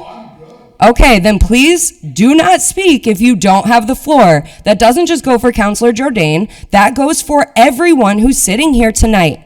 We are all adults. We don't need to talk under our breath. I can see you do it, and I will start calling it out, okay? Let's grow up. Let's just vote on this. Let's let Counselor Rivera finish what he's saying, and then let's vote on this, okay? Thank you. Thank you. I appreciate that. I'm really feeling attacked right now, but I'll take that. So ultimately, getting back to what I was saying, back in 2000, when I first won, I think 2022, ideally, based on the role that I served as a school employee, there was a lot of people, a lot of community members that came here to the council chambers, read a lot of letters to a lot of counselors that were here at the time. And I think they were all constituents of many of the counselors that were there at the time. And people still made decisions based on what they felt was right, not based on what their constituents said, right? And for me, again, we go back now, fast forward 4 years, right? And now I'm being put in a position to make a decision based on what constituents are saying, right? And how like I'm trying to get to a point where how are we building community? Because all I'm feeling is divisiveness across the board, bro. So I'll end with that. Thank you for your time, I guess, and hopefully I do get elected again, but I'm not going for 30 years. Thank you. On the motion, Madam President, we've been here Yeah, on the almost 2 motion. hours. Thank you. All right. So the motion is to the motion has been made and seconded to reduce the CPA surcharge from 1.5 to 1%. If you are voting yes, you are voting to endorse a reduction from 1.5 to 1%. The clerk will call the roll. Bartley? Yes. Devine? Yes. Givner? No. Graney? Yes. Jordan? Yes. McGrath Smith? No. Murphy Ramboletti? No. Ocasio? Yes. Israel Rivera? No. Jenny Rivera? No. Sullivan? Yes. Bacon? Yes. Anderson Burgos? No. 7 yeas, 6 nays. Okay. Okay. I make a motion to adopt the ballot summary as proposed by Attorney Dignan. Second. Motion has been made and seconded to adopt the ballot Language. provided by Attorney Dignan. Attorney Degnan. If you are voting yes, you're voting to include the language on the ballot. Bartley? Can I just ask Yeah. a quick point of order? Just want to make sure. If we're voting to put this on the ballot, because I Correct. Okay, sorry. Yes, sir. That was complicated to me. I hear you. Okay, good enough. Thank you. Sorry, Madam Clerk. Go ahead. That's okay. Bartley? Yes. Devine? Yes. Givner? Yes. Graney? Yes. Jordan? Yes. McGrath Smith? No. Murphy Ramboletti? Yes. Ocasio? Yes. Israel Rivera? Yes. Jenny Rivera? Yes. Sullivan? Yes. Bacon? Yes. Anderson Burgos? Yes. 12 yeas, 1 nay. Okay, with that, you've passed it. Thank you. Thank you. God, that's we're just heading right into public comment. Joke's on Regular us, huh, public. friends? Is anybody still awake? I am. Don't you worry. Your cruise director's here. It's funny. Oh. Okay. Lori, Elaine, Orlando, John Counter. Okay. So just want to confirm, these are all the folks that had signed up initially that thought this was for CPA. We have Lori Belanger, Helene Florio, Jason Ferreira, Orlando, Izaza, and John Counter. So everyone there did speak. Does anyone want to speak for public comment that's on this list? A lot of them left, so, okay. And I don't see anyone on Zoom. Okay. Moving on then. Moving on, and let's just all be mindful of the time. And if you've said it multiple times, you don't necessarily need to say it again. Item number 2. Motion to take that off the table now that we have the legal forms. Second. So motion's been made and seconded to take item number 2 off the table. Read into the record. The Committee on Ordinance, to whom was referred an order that the ordinance be established to address the 2/3 majority vote for the body of votes of the 2/3 majority vote of the body for votes. Legal, please provide the language necessary for review. Recommended that the order with 2 separate legal drafts be referred to the council without recommendations. Councilor Rivera. So, as mentioned before, there were 2 drafts that were created. The intention with developing the 2 drafts was so that we have a process within democracy. I don't believe in sending something forward that is only one way or one-ended. It allows for everyone to take a vote on or position on what they feel.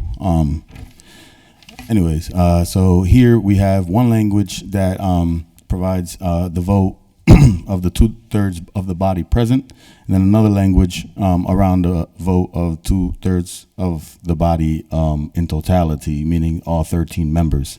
But there's a third language that kind of incorporates all of that and kind of incorporates any body that meets, not just the city council that meets. That third language was sent by legal just to put forth. I think that with this third language, for me, we could defer to the rest of the council. Before we were to take on this full vote between the two, I think that it would make sense for us to look at the third language, or maybe not look at it, but at least consider incorporating what's in the third language to the first two languages. And that's mostly around making sure that it's not just the council that's adhering to these rules, but to the full anybody, meaning anybody that works for the city in general. So that's pretty much where this is at. Okay, thank you. So on item. So the third language, as I mentioned, right? Yeah. And I'll leave it to you guys, incorporates supposedly, from my understanding, is that it adds in all bodies within the council government, not just city council, meaning like CPA or traffic committee or whoever committee, they would all have to adhere by the same rules.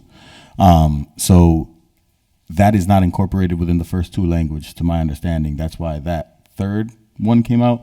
So for us to vote on the third one would mean we only have the option to vote on one. So what I am suggesting is that we try to amend the first two to incorporate what's the language that's in the third, because they should have sent us both languages with the same thing on both. Mm-hmm. But that's not what we got. Okay. Councillor Bacon and then Councillor Jordan. I only see two. Is there a third one in the packet? There was a third one. I'm sorry? Is it on the back? There's three. Oh, maybe I didn't see it on the back. Okay. Thanks. Okay. Love that. No problem. Love that for the earth. Yeah, you Great. gotta say that paper, man. Yep. Yes, So if I Councillor. may, so I just want to clarify, and I understand the idea of adding in other bodies, but the whole purpose of this ordinance is to put into ordinance our procedure for adopting ordinances. So it was intended to be a pretty narrow thing. Somehow, the adoption of ordinances is not in the legal form, but it should be, because that's what this was all about. And we've gotten far afield from the original idea if we're including other bodies. So I'd like to offer an amendment that we add to any and all versions with the adoption of ordinances, which is the whole intention and the whole discussion that we had in committee relative to 2/3 vote. Mhm. It was That- simply for passing ordinances. That wasn't my understanding, but I guess I'll go back and watch the videos, because to my understanding, it was a 2/3 vote of the full body for most votes except for financial transfers. That was my understanding. So yeah. So I don't really want to do the committee meeting all over again. Yeah, me either. I recommend we table this. I'm with that too. Back on the same Okay. page, because Second. the intent here was ordinances were going to be the 2/3, and then there was a debate over, is it 2/3 of the whole body, Right. or 2/3 of just who's present and voting? And that became sort of like version 1, version 2. Now, if we're going to expand it to other bodies too and all of that, then that would even be another. I'm going to go back and watch the tape too. Through the chair, just to be Yeah. clear. So for me, the understanding was to get the two languages, and then City Solicitor Mantelewski had sent a third one stating that it should be for all bodies because it's not just our body. And I agree. mean, I'm open to adding. No, I agree with all that. I think that for me, I'm with tabling it so that we can clarify, just to make Do sure. you that want it's to table or send back to committee? Send back to committee. Second. I just figure. Okay. I motion to send it back to committee. Second. Okay. Motion's been made and seconded to send back to committee under discussion. Councillor Bartley? Yeah, and just through the chair to the chair, at this point, I gotta be honest with you, I'm agnostic. as to whether it's 2/3 of the body or 2/3 of the members present. I gotta be honest with you. I kind of just want to make it real simple, one or the other. I know I have my preference, frankly. I used to have my preference, but at this stage of my life, what's the difference? I mean, we're all showing up here anyhow. So that's just my 2 cents. I wish we could just get past this tonight, one way or the other, but if we can't, we can't. Okay. Councilor Jordan. I would ask, if I may politely to the chair, whatever the committee wants to do relative to body, or just pick one, and then we move forward, whether it's president voting or entire body, but we need to have it so, and if you want to add, well, if the measures passed by other bodies and I would, just to make it clear, I would have either 2 sections, like one for city council and one for everyone else. But ours, the whole point was to address the situation that the former president presented this originally in the first place, which is to make clear that it's ordinances, they're adopted by 2/3, and then it became this question of entire body versus president and voting. We had a whole discussion around that. So we wanted to codify it. We're doing it one way or the other. So if the committee could give us clarity and just pick one way or the other, I mean, let's send it back. No, through the chair, I'll be honest with you, for us, it was the first conversation, and what came a third out of nowhere came a third language stating that it should incorporate all bodies. And that's the piece that was news to me, right? So like having the conversation with you guys, because again, I don't make all these decisions by myself, and then hearing out what you guys have to say now, it makes sense that it's only with regards to ordinance versus what I heard from solicitor's office. Have this conversation? No, we can do that. No, we can do that. That's Good fine. point. We'll work On the motion to On the refer to motion, committee? all those in favor? Aye. Any opposed? So moved. Thank you. Motion to suspend the rule and take up 3 and 4 and send to public service. Second.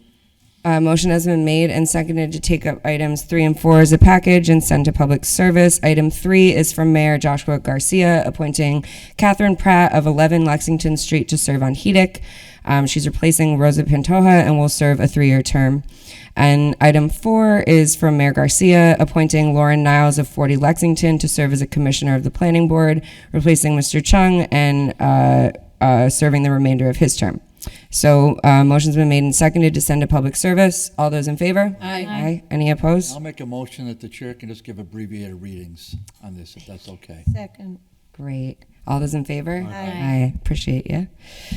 Madam Chairman? Yes. I think we have to be careful because the public may not want abbreviated readings on certain things. And we've discussed this before. I'll use my discretion. Thank you. Yep, no problem. Thank you. Yeah, just point of order, Matt, since I got Okay. to listen to that. So, Okay. so we have the ability. I can hear you. Guys? We have the ability to suspend our rules at any moment and any time. We can do that.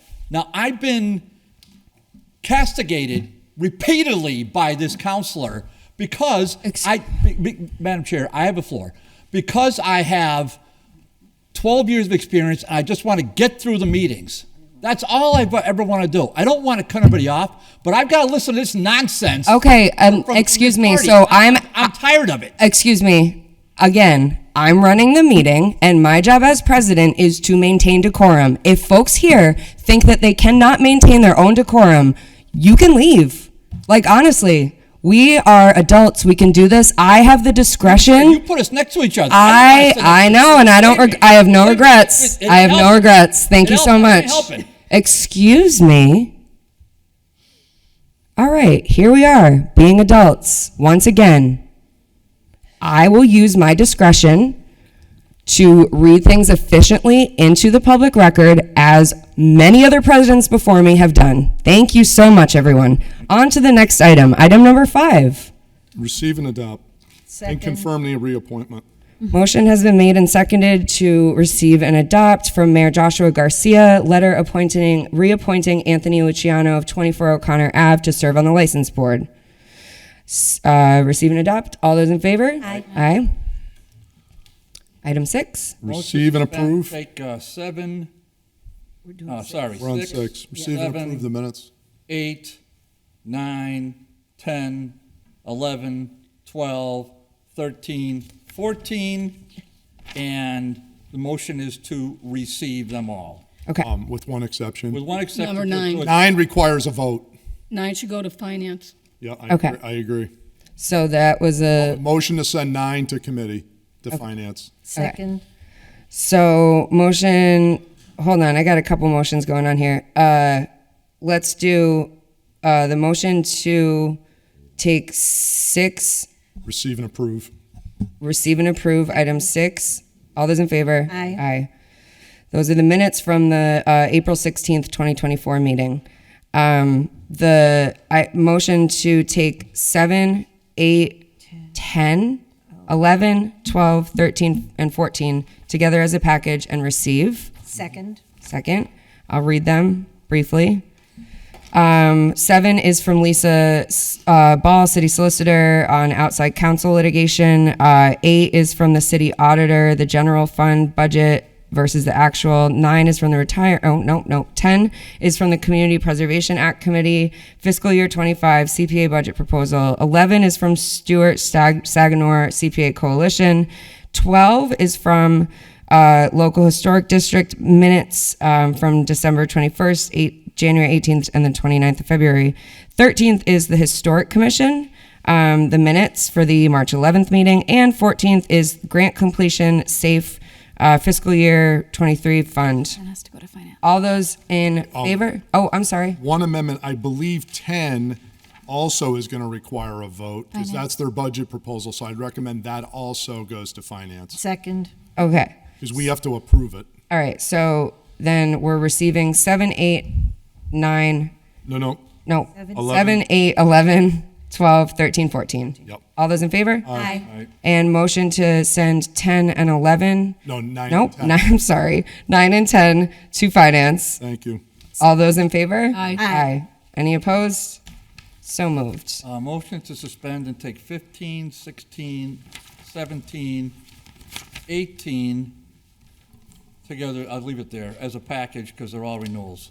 Okay. And motion to approve, assuming they paid all their stuff. Second. Okay, so motion has been made and seconded to take items 15, 16, 17, and 18 and renew. Have they paid all their fees and taxes? Yes? The clerk can confirm they have paid their fees and taxes. So 15 is for 415 Ingleside Street, home occupation. 16 is from Aaron Kelly, renewal of a home occupation at 123 Homestead. 17 is Karen Spear, application for renewal of home occupation at 778 Homestead. And 18 is a petition for renewal for 1 pool table and 6 bowling alleys at 624 Southbridge Street. All those in favor? Aye. Any opposed? So moved. Okay, moving forward. Item 19. There, 19 and Gee, I'm really surprised these aren't renewals for William Sullivan. I but- believe if you, But they are, because I mean, I think he's had these for years. I that would send company. these to committee, though. You want those to Sure, go to yes, committee? please. All right, where are we going with those, DGR? DGR? Is Yeah. that, All right, motion to send 19 and 20 to Committee on Development and Government Relations. Second. all those in favor? Aye. Aye. Any opposed? So moved. Item 21. Motion to approve. Second. It's a petition from GameStop at 50 Holyoke Street for renewal of secondhand license. Motion's been made and seconded to approve. All those in, oh, sorry, under discussion. Quick question. Yeah. Can we be reminded what the hours of operation there are? I know it's in the mall, but it's open really late.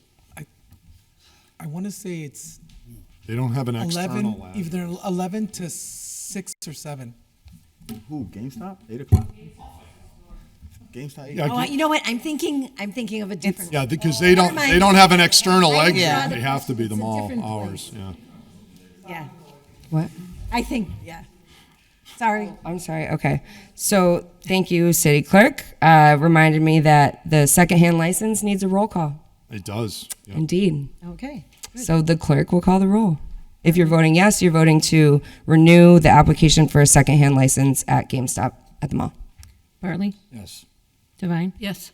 Givner? Yes. Graney? Yes. Jordan? Yes. McGrath Smith? Yes. Murphy Ramboletti? Yes. Ocasio? Yes. Israel Rivera? Yes. Jenny Rivera? Yes. Sullivan? Yes. Bacon? Yes. Anderson Burgos? Yes.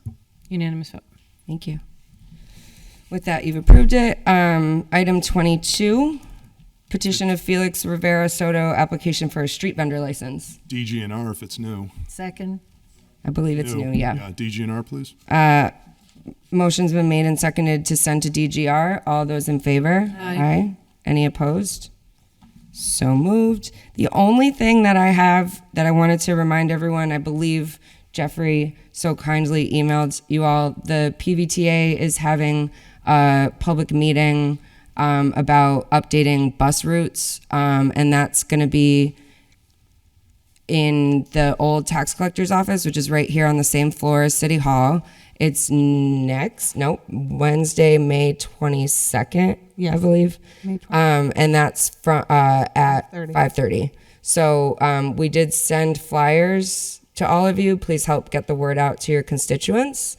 Councilor Rivera? Just to add to that, for counselors that are reps of Ward 1, 2, 3, and 4 mostly, it's important that we try to get residents out, and I'm trying to get as many as I can, because this is going to impact mostly the people that live in the lower wards and their form of transportation from getting to and from. This is something new that's coming down from PVTA, and they wanted to make sure they get the public to have a chance to weigh in before they actually make the change. Thank you. Did you want to add something, Councilor Gibner? Yes, Madam President, I just wanted to remind people that there's a warm and fuzzy bike ride. The mayoral bike ride is Monday, and it starts 5 o'clock at City Hall Monday evening, and they're doing a mural tour. I know this because I went to the bike ped meeting last night, and they had all kinds of fun stuff going on, but that should be a good time to do the mural tour on bike, and it will end at Fame for snacks. So, Thank you. Councilor Jordan? If I may, one announcement I wanted to follow up. The dedication of the Laurel Park fountain to former Councilor Helen Norris is going to be May 24th. It's a Friday at 10 o'clock. So everyone's really encouraged to come if you can. She's just really touched by the council and the Parks Commission doing this dedication of the fountain to her, and she really, really appreciates it. So Can you repeat the time? Yeah, it's May 24th at 10 o'clock. Okay. And if you can't make it, she wanted to just express her thank you to you for doing this for her. She really appreciates it. Thank you. Madam President? Yes, Councilor Graney? 24th is what day? It's a Friday. Thank you. Friday, May 24th. Okay, great. Anyone else? You'll have the shortest walk. It's right next door. I'll let you guys chat because you're getting along, so. I like to see it. I like warm to and see fuzzy. it. Warm and fuzzy. We'll be on the. Boys will be. Oh, God, I know. You guys are going to take 5 years off my life. Easily. Okay. With that, we're going to dive into reports of committees. And Can we suspend the rules to package 23 and 49 together? They are the same, just charter and ordinance are the same sides of the same coin. okay. Oh, yeah. Okay. So Say motion has 23? been made. Sorry. 23 and 49? Yes. 23 and 49. Motion has been made and seconded to take items 23 and 49 together as a package. All those in favor? Aye. Aye. Any opposed? So moved. Item 23 is Committee on Ordinance, an order that all ordinance charter references to an Assistant Superintendent of Public Works be updated to Assistant Director of Public Works. Recommend that the order has been complied with. And then I'm also going to read 49, which is, whoops. The same. Yep, it was a copy. The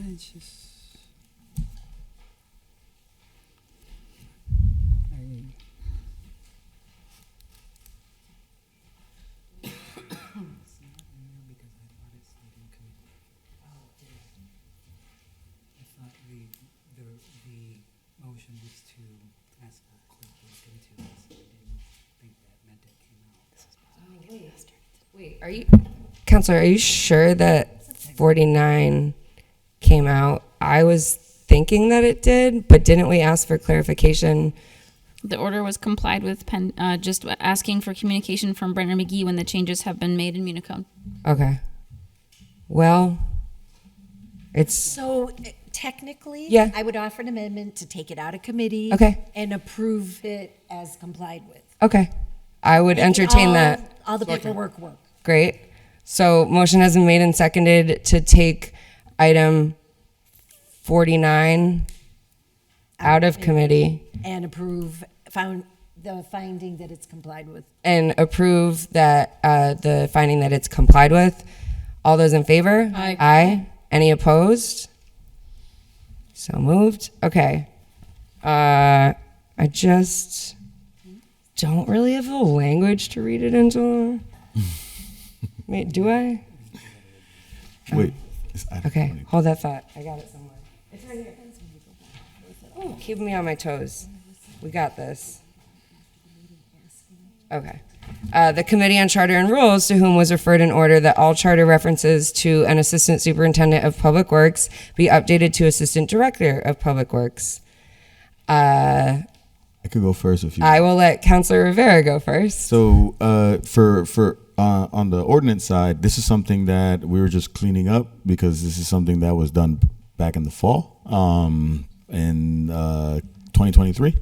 So it came back up, and we were just clearing it up and making sure that it became complied with and everything was solidified. So we put it forward and cleared it up and got it complied with. Pretty much that's where it came from on our end. I could pass over to Meg if she'd like to do. Councilor McGrath-Smith, take it away. Effectively, when they looked at it, they discovered that because the rule itself was not named in charter, there were no specific charter changes that need to be made, only an ordinance. So we moved that it be complied with and asked for the clerk to confirm when the changes have been made in Municode, because we had looked at that point and they had not been changed yet. Thank you. Okay, so both are recommended that the order has been complied with? Okay. All those in favor? Aye. Aye. Any opposed? So moved. Okay, we're making moves. Item 24 is the Committee on Finance, to whom was referred an order that there be appropriated by transfer $32,975 as follows from capital stabilization to recreation capital outlay vehicles. Councilor Devine. Make a motion to pass the first reading. All those in favor? Aye. Aye. Motion to pass the second reading. Do you want to give your update first? Okay, sure.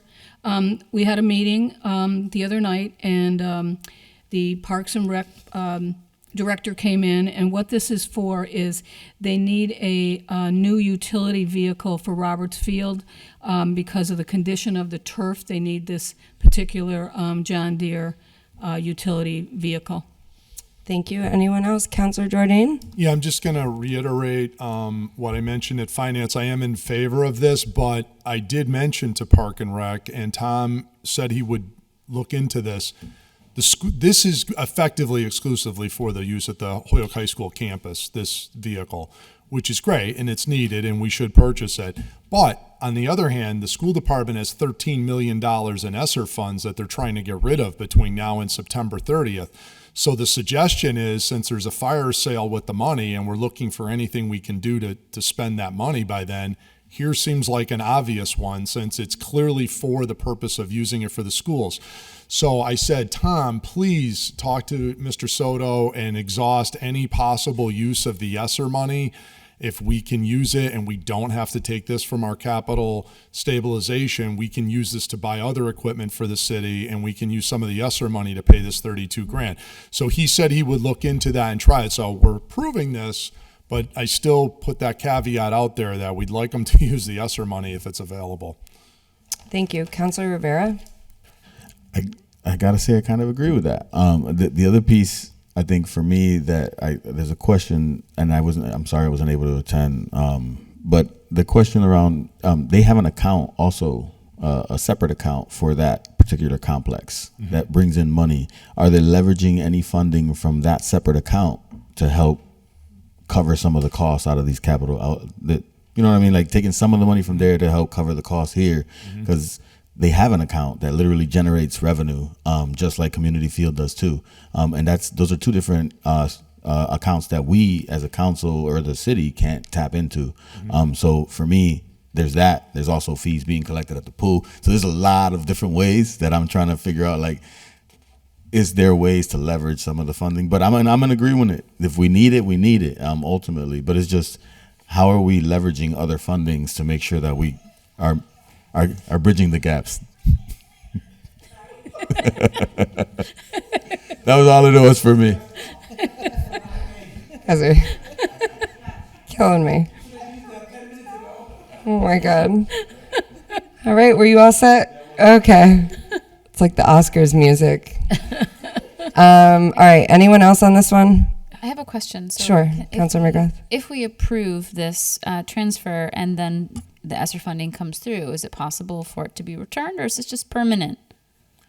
I'm hoping that they'll return it. You know, that was what Tom, we trust his honesty, which is pretty deep at this point. Tom does a really good job. So I would hope if that comes through, the mayor would track that and, not have it happen. And as far as Councilor Rivera's point about the revolving fund relative to Roberts Field, we did take a look at that a few years back, and it wasn't doing too great, by the way, as far as surplus in there.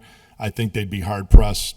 In fact, I almost will assuredly say they don't have 32 grand in that account. That's the money that they collect at the gates, and they sell like hot dogs and stuff at the food concession. That money is there to do programming and things at Roberts Field. But you're right. Hopefully this ESSER money will come through. That would be nice. Okay, thank you. So Motion that the passage be ordained? Second. That the second reading be approved. Second reading. Okay. Yeah. It's fine. Motion to pass the second reading. The clerk will call the roll. Bartley? Yes. Devine? Yes. Givner? Yes. Graney? Yes. Jordan? Yes. McGrath Smith? Yes. Murphy Ramboletti? Yes. Ocasio? Yes. Israel Rivera? Yes. Jenny Rivera? Yes. Sullivan? Yes. Bacon? Yes. Anderson Burgos? Yes. Unanimous vote.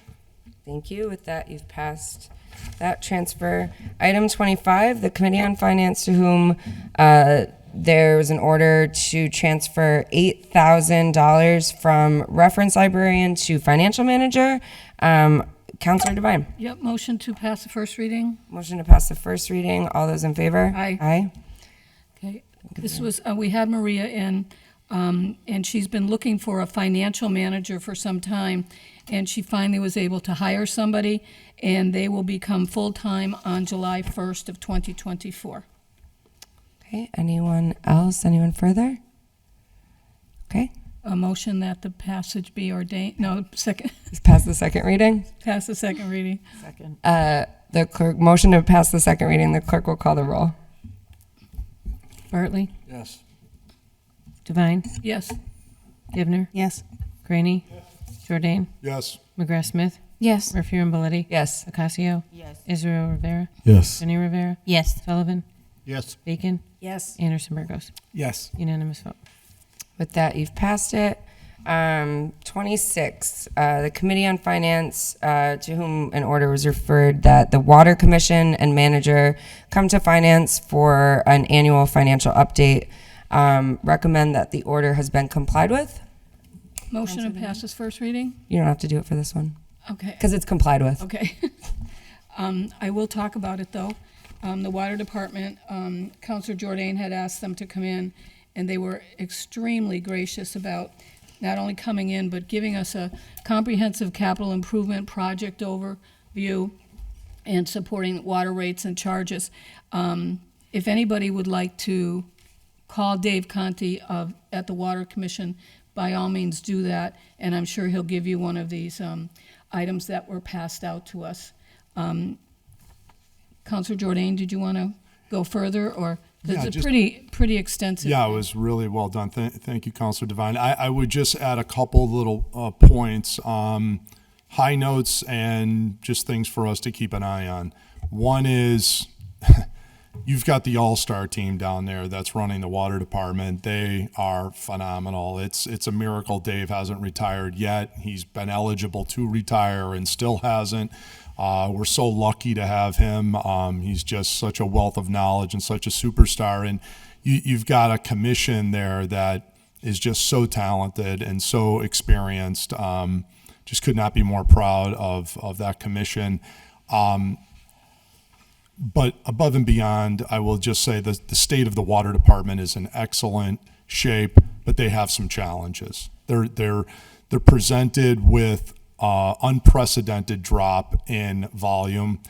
We're down to 3.5 million gallons a day of average usage for water. That's an unprecedentedly low level. I mean, when we did the water project to go out to the Tyke-Harmony Reservoir and did that connection in 1999, mind you, the past leaders of this community in 1938 purchased the Tyke-Harmony Reservoir in the town of West Hampton, and how fortuitous it was for them to make that purchase.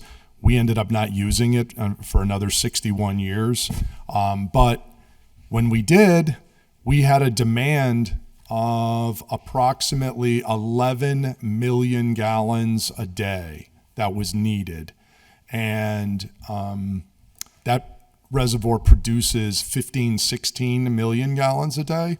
So we're good, right? Now we're down in a matter since 99 of like a 65% drop, 70% drop in our usage. We've done a good job on conservation, but boy, we are losing some serious users. That is a antenna red flag for all of us as city leaders to keep an eye on as to what's going on there over the last, say, 25 years. You know, it's one of the challenges, and one of the challenges that you look at some of the other demographical issues that we're facing where meanwhile, since 1990, we're also watching a 15% drop in our population. We've got more and more of our infrastructure cost being laid upon a smaller group of people, a smaller group of institutions. But despite all that, we do keep body and soul together, and the water department does it as efficiently as they have. They have as nimble of a force as they've ever had. They are transparently telling us, you know, we need a 5-cent increase in the water rates, and that's coming. So I believe for July 1st, that was one of the other reasons they wanted to show everyone why they needed this increase. So, and it's justified, and it won't be a big increase, but you know, it's just one more, you know, straw on the camel's back, if you will, of just more cost and sewer, everything all the way around. But the department is exceptionally well run. They're keeping up on all the maintenance. They're investing. We want to talk about South Holyoke in particular, the flats in particular, massive amount, millions and millions of dollars in new infrastructure and water pipes and otherwise to make sure that those areas are well served. I also think about the new additional pipeline that was put on Chestnut Street in order to ensure that we have adequate fire protection for our residents. You know, you want to know that when the hydrant is opened, there's a sufficient water pressure there to take care of, God forbid, of a fire in any of Churchill or any of the other neighborhoods of our community.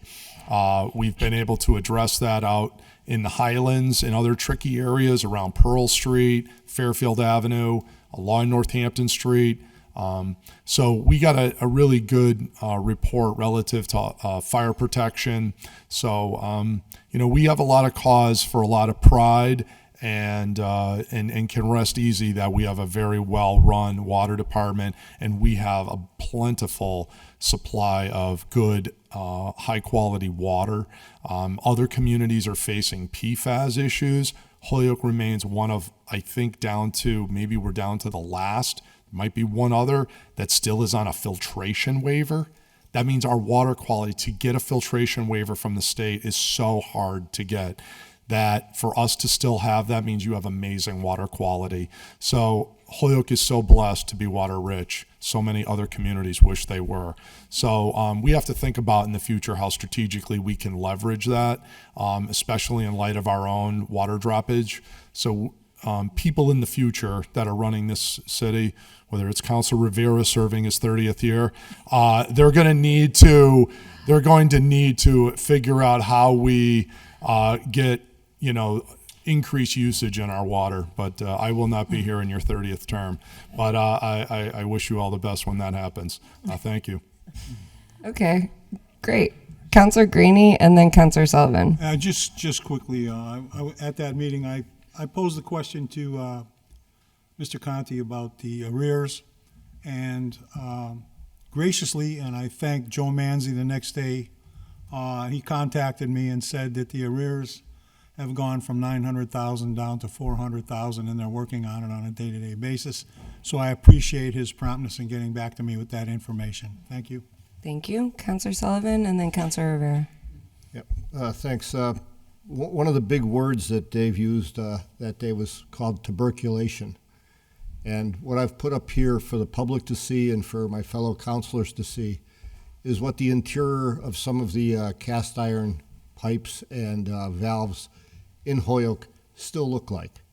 All right? And what you see in there is tuberculation. It doesn't affect the quality of the water. If you look at it, if you want to compare it to something, it's like a barnacle on the bottom of a boat. It's a reaction between the water and the old cast iron pipes. The reason I'm bringing this up, all right, is what it does is restrict the flow of water through these pipes, all right? And what happened in the Highlands a couple of years ago is a classic example, right, of what can happen when you have a 12-inch pipe that is throttled down to 8 inches, which now feeds a pipe that is 6 inches and a hydrant that is throttled down to 2 inches, all right? And you open 3 hydrants and you're not going to get anything. Now, why I'm bringing all this up stems back to this discussion of the rate increase, which we're going to hear more and more about over the coming years, and the justification for these rate increases and the possible, the pain that the users are going to feel. But it is necessary for the reasons Councilor Jordan stated, which is the decrease in volume. Simple economics, everyone should understand, if the volume, the income is going down, and the cost of replacing pipes, the cost of labor, the cost of everything associated with it is still going up, you have two choices. More results like what you see there, right? Or trying to keep up with the rate that this is going on and keep up with inflation and remedy these before they become a more serious problem than they already are. That's it. Thank you. Councilor Rivera and then Councilor Anderson Burgos. Thank you for the photos. This is the first piece, right? I'd be hard pressed to believe that my water's not dirty, even though going through all that stuff. Yep. Sorry, I have a filtration system within my house on top of that, and that gets dirty. So, I appreciate all the work that's being done through the water department. I think one of the only questions that I have, and it's not only water department, it's water and I think sewer at the same time. And I'm only bringing it up is because several constituents have brought it up to me, is when they go to pay their bill, the process, right? The extra little percentage that's being charged on top of your bill. Constituents are saying to me that it's not fair to them that they have to pay a certain percentage based on what their bill is. So if your bill's $400 or $500, it's like 5 or 8% of $400 or $500. depending on what your bill is. So it's not only your bill, but it's also a fee based on whatever system they use to cash the money that you're getting. So I think this wasn't like this like 2 or 3 years ago. This is a newer system that came into the process. And I just wanted to bring that up because that I know constituents in various wards have brought that up to me. Thank you. Councilor Devine? Councilor Rivera, are you talking about the payment of a water bill? Or I'm thinking the extra that's in there, Councilor Jordan, I think when you were a water commissioner, they put that into place for maintenance. So I'm not sure No, we're different. talking about the same thing. It's a service fee for paying through your online account or through a debit card. Okay. So it's a percentage of a service fee. So like if you go to a store and you use your debit card, they charge you a certain service fee if you are under $5. Okay. Right. But here, if you're paying your bill, it's about maybe 5 to 8% or whatever it is. For me, it's not a lot because my bill's not that high. But for someone that has a bill that may be $1,000, that becomes like 4 or 5. Like I don't know how much, but it becomes a I significant wasn't sure. amount. I thought you might have been talking. Nah, about it's a that. different, Okay. it's a different issue. Yeah. Okay. And it's not just water; it's sewer, and I think no, gas and electric doesn't do that. Yeah. So yeah, only water and sewer. Okay, thanks. Thank you. Thank you. Councilor Anderson Burgos? Yeah, I just wanted to know, Councilor Sullivan did mention that it's not hazardous, but if you recall, some of the communication that comes from the water department, they suggest that you let your water run for 10 seconds before you decide to drink out of it because of the settlement. Like you have to let it run for 10 seconds. I just want the public to know that. Just to put it out there, that's all. Great. All right. Anything else? All right. Motion recommended that the order has been complied with. All those in favor? Aye. Aye. Any opposed? So moved. Item 27 is a transfer for $20,000 from cannabis stabilization to cannabis OPED legal services. Recommended that the order be adopted. Councilor Devine. Motion to pass the first reading. Second. Or wait, all those in favor? Aye. Any opposed?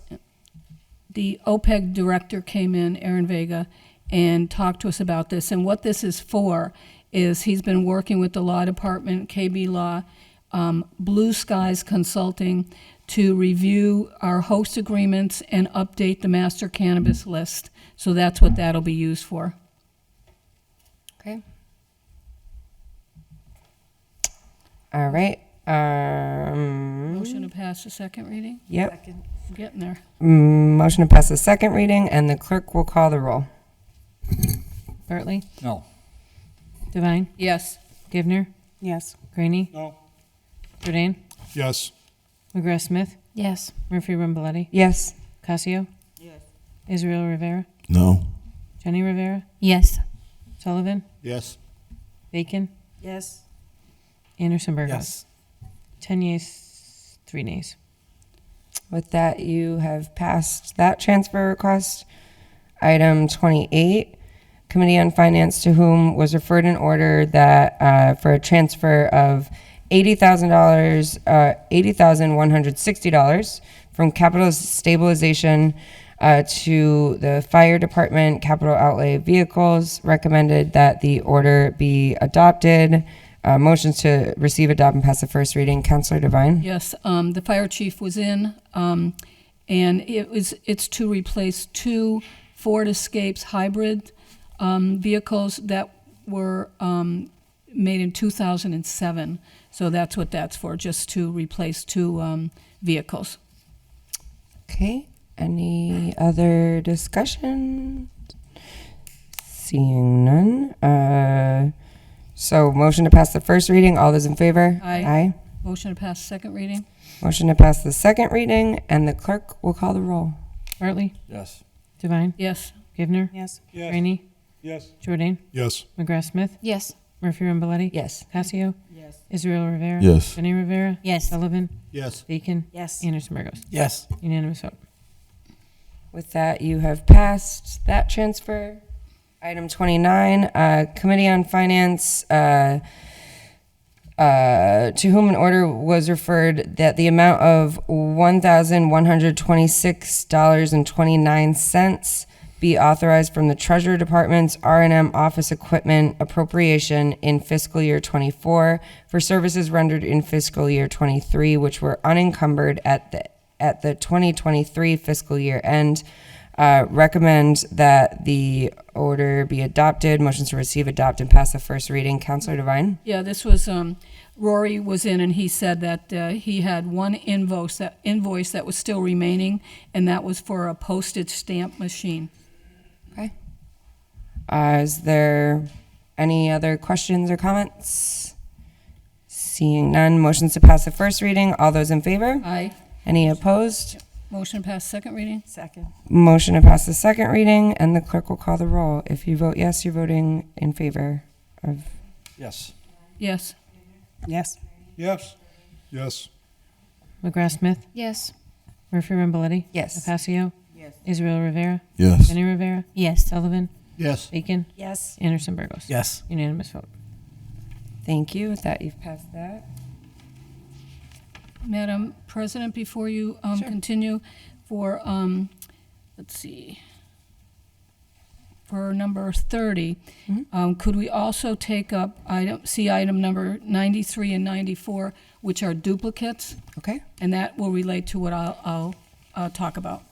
Motion has been made to suspend the rules to take up item 30, 93, and 94 as a package.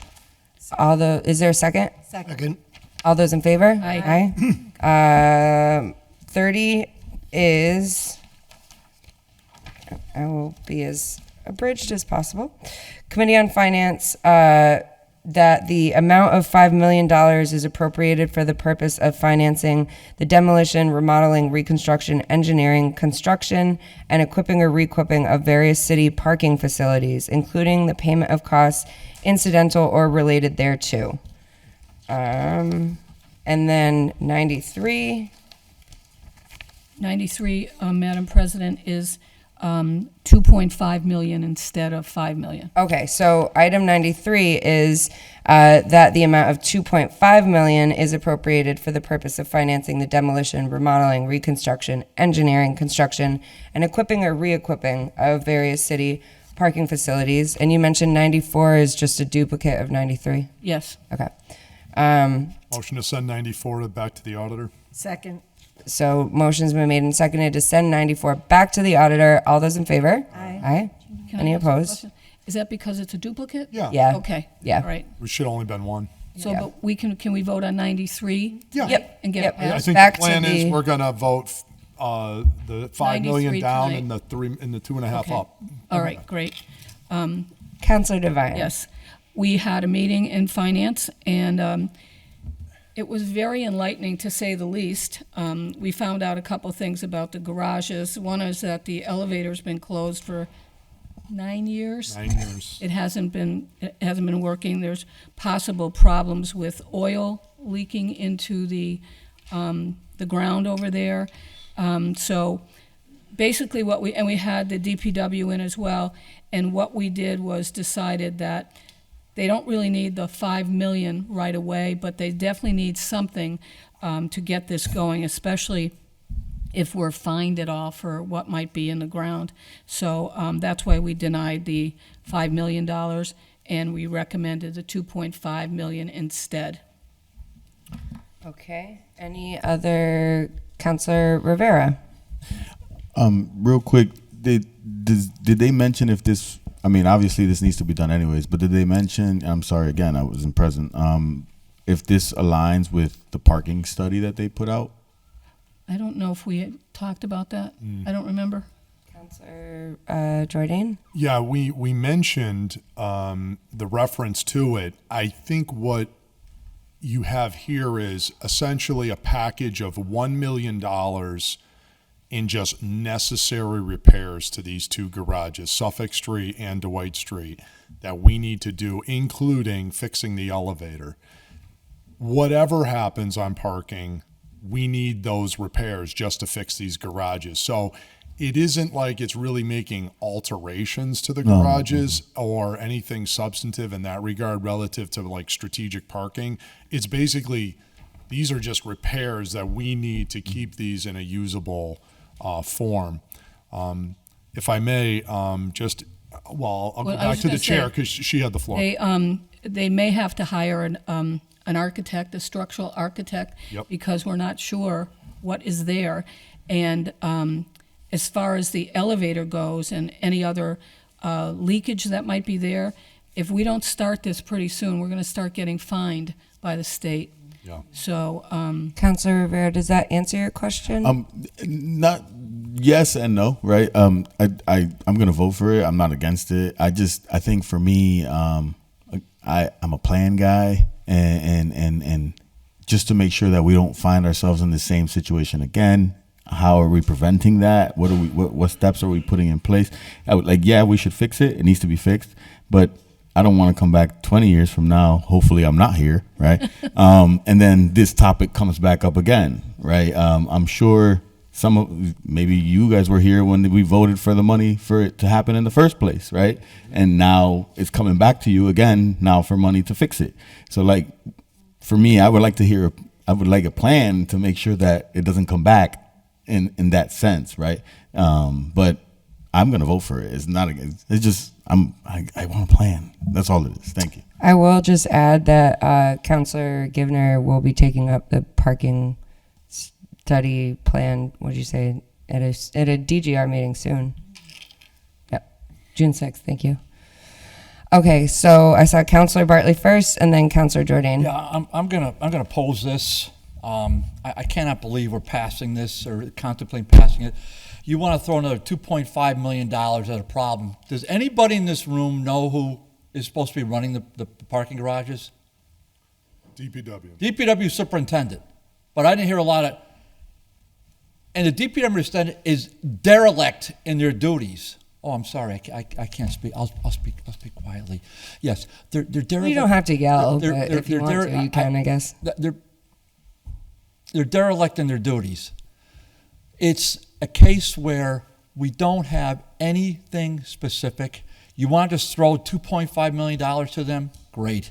Channel 22 has been running story after story about the deplorable feces left in hallways, never mind broken down elevators. It's an absolute disgrace. The whole thing is somebody, but yet we're going to give the DPW superintendent by the finance committee $2.5 million to continue it? No, this is on the mayor. This is on the DPW superintendent and the Board of Public Works. I don't want this thing to be, well, I wasn't here when it happened. Well, I didn't know about it. Oh, I just got the job. You know, that is a major asset for the city. Did you notice that Carlos and John finally put in all the meter heads? Has anybody noticed that?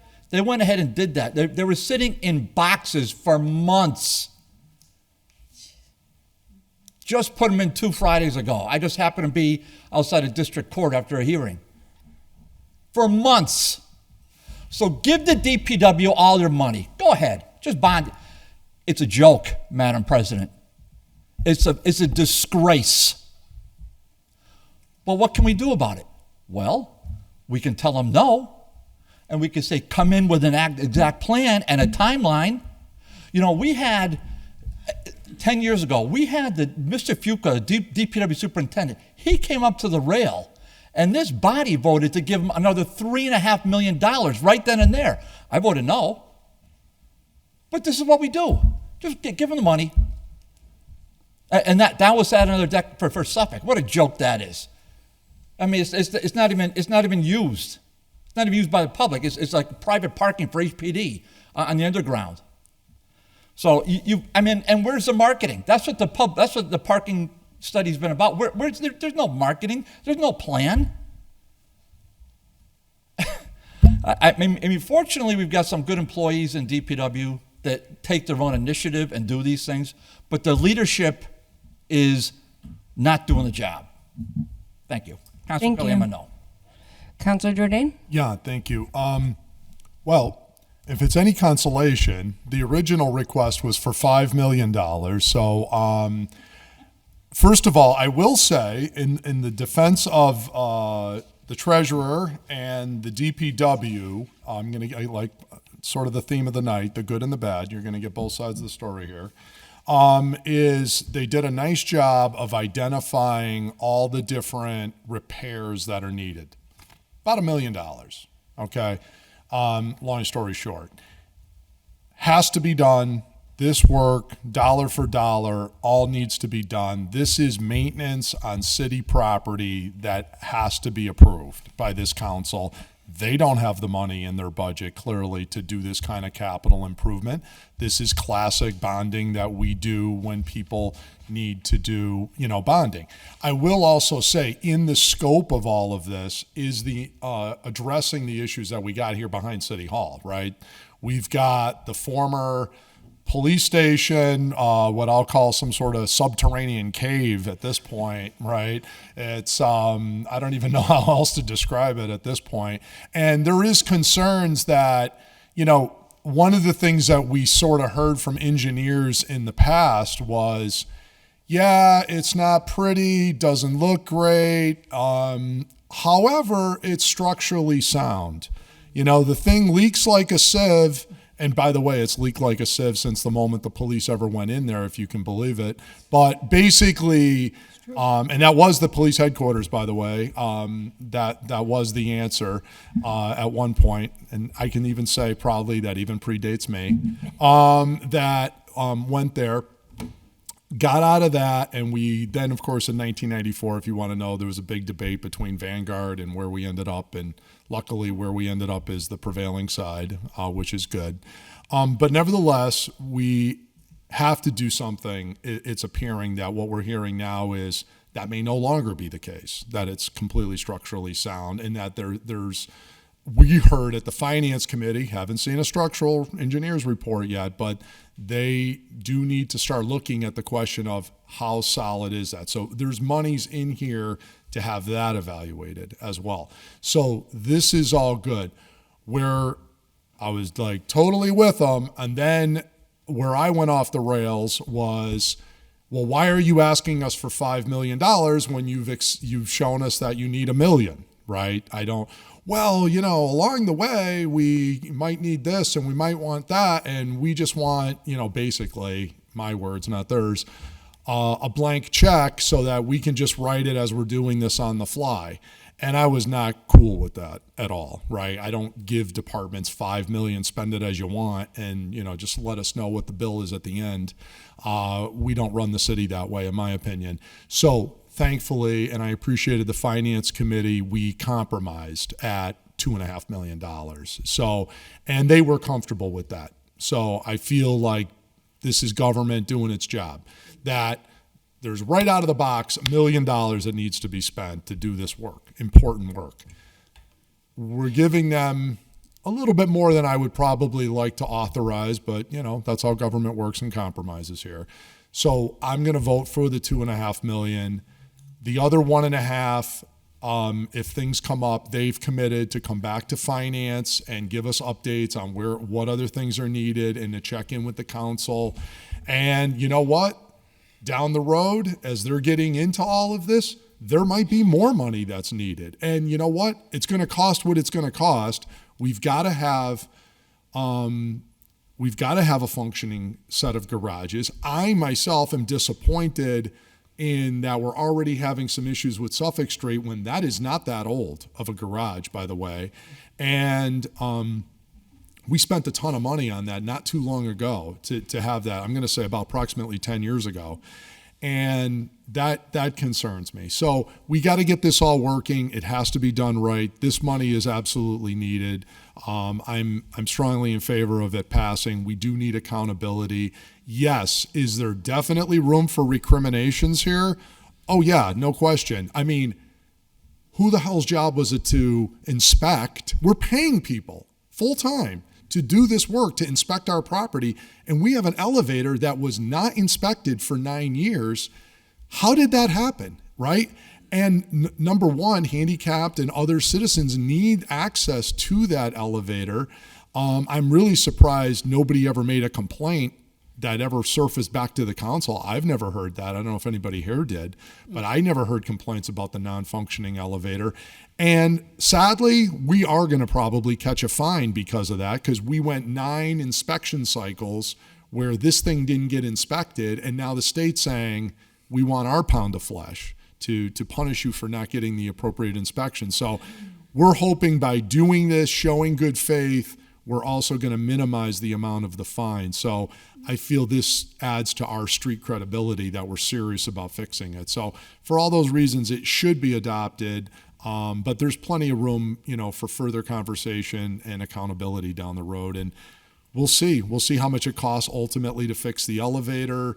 We're hoping that there isn't significant oil spill, which could get pricey, versus it's contained like the War Memorial was, where that we didn't get whacked when we fixed that elevator. So more to follow, but definitely the 2.5 is needed at this time. Thank you. Thank you. I have Councilor Devine, then Councilor Givner, then Councilor Rivera. The director of the DPW, he's been here a little over a year, I believe. I'm not positive of the date, but he has told us that he's going to ask for a waiver so that we don't start getting fined for what's going on in the Ernie Prue garage.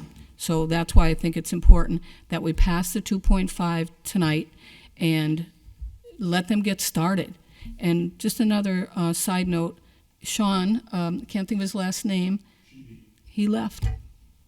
Another who was under He's going to the schools. He's not really leaving Holyoke. Everyone calm. It's anyway, sad, just to but let you know. Just to let you know. So I urge you to pass this tonight. Still in the city. Yeah. All right. And then I have Councilor Givner next on the list. I'm all set. You're all set? Okay. Councilor Rivera? I guess the only point I wanted to make, first of all, we only got, it's 9:40, right? The first thing I wanted to say is just that, like, there. I know we're talking about these lots, but there are lots there's a lot on Main Street, and there's a lot on Canal Street that are used, and the lot here that's used, and I feel like we're losing a significant amount of revenue because there is no way to charge people for using the lots. There is no, and I feel like in that ask, there can be a piece to incorporate that. I mean, on Main Street alone, on Saturdays and Sundays, that parking lot is full. We could make a significant amount of revenue based on who's pulling into that parking lot or not. So, like, that's the reason why I'm asking for the plan and all the other stuff. Because, like, you asking for $2 million now, there's no guarantee that the next time around you're gonna get the money. That's all it is to me. Like, but thank you. Okay, thank you. Councilor Graney, and then Councilor Sullivan, and then Councilor Bartley. 3 quick points. I'm going to be here to aggravate you all in 20 years. The second point is I hope my car doesn't fall into that subterranean cave. Same. And the third point is let's move the question. Thank you. Oh, Councilor Sullivan? Thank you. First of all, I'd like to actually commend our superintendent and our DPW commission. They've inherited, this is one small example, something that's gone on for 9 years. This is just one small example of a lot of things that have gone on unaddressed that they are finally getting a handle on, bring to our attention, all right? And I'm glad that they're doing this. It's sad. And as far as the dollar amount, the $2.5 million, as Councilor Jordan said, you know, they identified 1 million, asked for 5. The 2.5 is a very good compromise because you don't know as you get into these problems, and I'll give you one quick example here, is just with the elevator and the oil leakage, all right? When this goes into the ground, it's not just there, it spreads out. You do not know until you begin excavation and digging in there how far that has spread. So they need, and some of the other issues, how far the concrete has deteriorated, the condition of the metal structures, I-beams underneath. So they need that extra room in there for what they may uncover in this process. And I think the 2.5 million was a very good number to start with until we really get a handle on it. And I think the the superintendent and the DPW are doing a great job of finally addressing not only this problem, but many other problems in the city that have gone neglected for decades. Okay, thank you, Councilor Bartley, and Rhetorical then question for right now. Can this be amended? No. No. Right. So for some reason we're gonna. They asked for 5. We're compromised. They really need 1, but we're giving them a cap of 2.5, and without having them come back. Though they promised, yeah, I'll come back. I'm just suggesting that that's likely not going to happen, and that they're going to blow it, and then we're going to come back, and they're going to get to their 2.5, and we'll just vote for it. Okay. And so I without controls on this stuff, I cannot support it. Thank you. okay, Councilor Ocasio, did you have your hand up?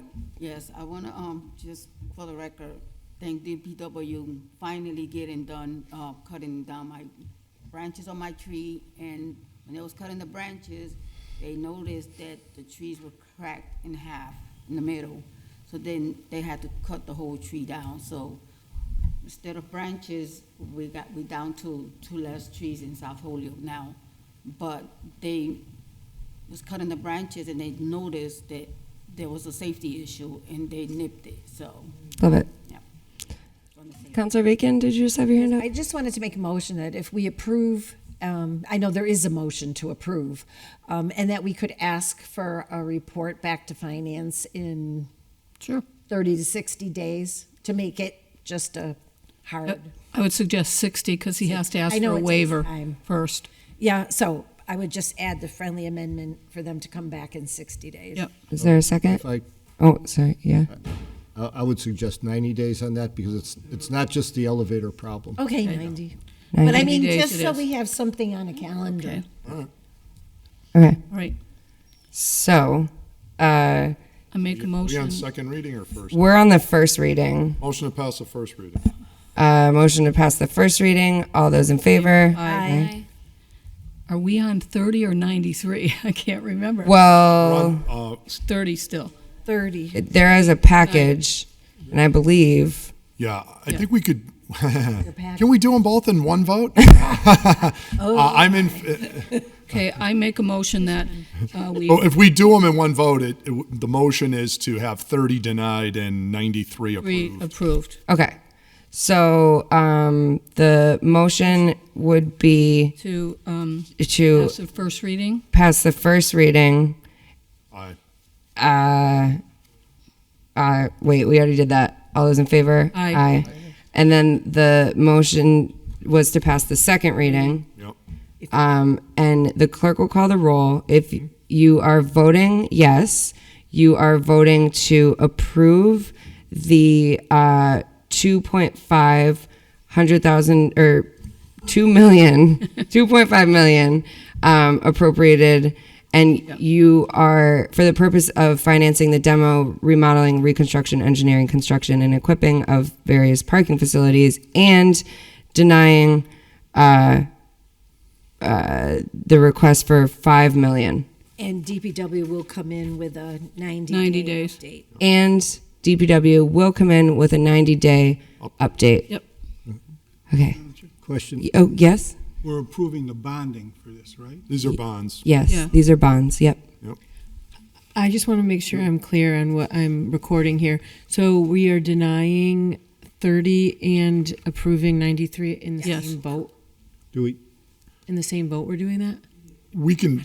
I think we I should just- separate. You would Yeah, prefer we do Let's it just in- separate It them. just seems a Separate 'em. little Just separate 'em. confusing All right. because 30, the committee report says to deny. Right. So then Okay. I just feel All like right. for purposes of like. that's Totally get it. like- Yeah. Amend my motion to. Point of order? Okay. Yes, Counselor? Do we want to deny it or send it back to the auditor? Yeah, you can do that too. Deny it. I'd prefer to deny it. Okay. Yeah. So the first motion would be to Deny. Deny Yep. item 30. deny item 30. 30. If you are voting yes, you're voting to deny item 30. Which is accepting the committee recommendation Correct. to deny. The clerk will call the roll. Bartley? No. Devine? Yes. Givner? Yes. Graney? Yes. Jordan? Yes. McGrath Smith? Yes. Murphy Ramboletti? Yes. Ocasio? Yes. Israel Rivera? Yes. Jenny Rivera, Yes. Sullivan, Yes. Bacon, Yes. Anderson Burgos. Yes. Unanimous vote. No, I'm sorry, 12-1. And- Motion to pass number 93. Second. So motion has been made and seconded to pass the second reading of 93. Maybe we should do first again. So- Oh, sorry. Okay. Motion to pass first reading. All those in favor? Aye. Any opposed? Motion to pass the second reading on 93, Motion to pass the second reading, which is to approve. which would be to approve 2.5 million bond, and that DPW will provide an update within 90 days. Yep. So the clerk will call the roll. Bartley? No. Devine? Yes. Givner? Yes. Graney? Yes. Jordan? Yes. McGrath Smith? Yes. Murphy Ramboletti? Yes. Ocasio? Yes. Israel Rivera? Yes. Jenny Rivera? Yes. Sullivan? Yes. Bacon? Yes. Anderson Burgos. Yes. Unanimous vote. I'm sorry, it's not a unanimous. Is it 12 yeas, 1 nay? All right. With that, you have passed. Going back to 31. Item 31 is the Committee on Finance, to whom was referred a transfer for $7,145.96 from the Capital Stabilization Fund to R&M City Hall. The committee recommended that the order be adopted. Motions to receive, adopt, and pass the first reading. Counselor Devine. Yes, this was when there was a water main break in City Hall. I can't remember what month it was, but that's what that's for, to repair and maintenance of that. Any other comments? Okay, so the motion is to pass the first reading. All those in favor? Aye. Any opposed? Motion to pass second reading. Motion to pass the second reading. The clerk will call the roll. Yes.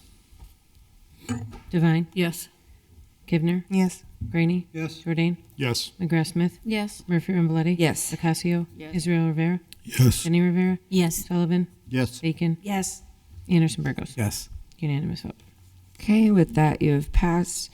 Item 32 is a finance transfer for $20,000 from property maintenance and demo worker, refuse laborer, parks, HMEO, to R&M vehicles, $20,000. Recommended that the order be adopted. Motions to receive, adopt, and pass the first reading. Counselor Devine. Yes, this is to cover cost of repair and maintenance of vehicles with the DPW. Anyone have anything else to add? All right, so motions to pass the first reading. All those in favor? Aye. Any opposed? Motion to pass the second reading. Second. Motion to pass the second reading. The clerk will call the roll. If you're voting yes, you're voting in favor of this transfer. Bartley? Yes. Devine? Yes. Givner? Yes. Graney? Yes. Jordan? Yes. McGrath Smith? Yes. Murphy Ramboletti? Yes. Ocasio? Yes. Israel Rivera? Yes. Jenny Rivera? Yes. Sullivan? Yes. Bacon? Yes. Anderson Burgos. Yes. Unanimous vote. With that, you've passed it. Item 33, from Finance, that the City Council hereby accepts the provisions of the Mass DEP Fiscal Year 24 Sewage Notification Assistance Grant for $50,000, no match. Motion to pass the first reading. Yep. And accept the grant. All right, the motion is to receive, adopt, and pass the first reading. Counselor Devine. Yeah, this is to streamline the CSO process where they notify people of the, whether email or phone, of the CSO into the Connecticut River. Okay. Anyone else? Great. So motions to pass the first reading. All those in favor? Aye. All those opposed? Motion to pass the second reading. Motion to pass the second reading. The clerk will call the roll. If you're voting yes, you're voting to accept the grant.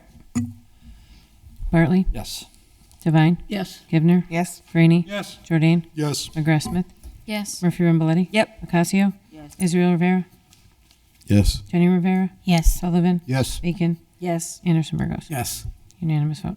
With that, you've passed it. Item 34 is a transfer request for $25,000 from sanitarian 2, 3, 1, and the floating clerk to special counsel and professional services.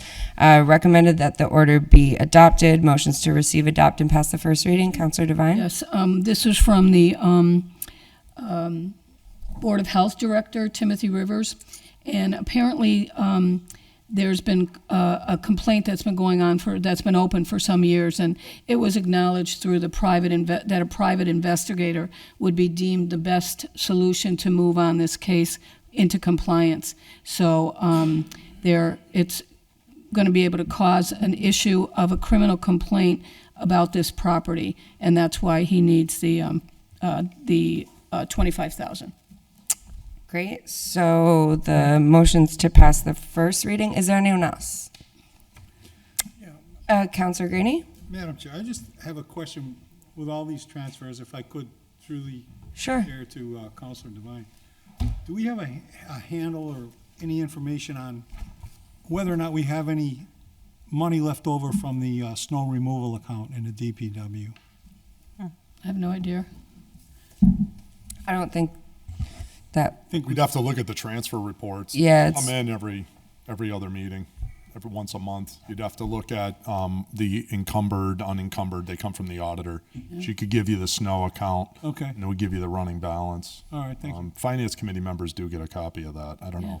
I'll check with the auditor and also get a what's in capitalization now. Okay. Thank you. It seems like we had a relatively late winter and. Okay, Counselor Bartley. What's the address for which this is being considered? I believe the 5,000, they did not give us an Yeah, they address. didn't give us an address, but you're welcome to check with the Board of Health Director. 5,000 was for the private investigator. I think the 20 was, the legal counsel piece was for sewer-related legal services, I believe. Okay. Anyone else? All right, so the motion's to pass the first reading. All those in favor? Aye. Motion to pass second reading. Motion to pass the second reading, and the clerk will call the roll. If you are voting yes, you're voting for the transfer. Bartley? No. Devine? Yes. Givner? Yes. Rainey? Yes. Jordan? Yes. McGrath Smith? Yes. Murphy Ramboletti? Yes. Ocasio? Israel Rivera?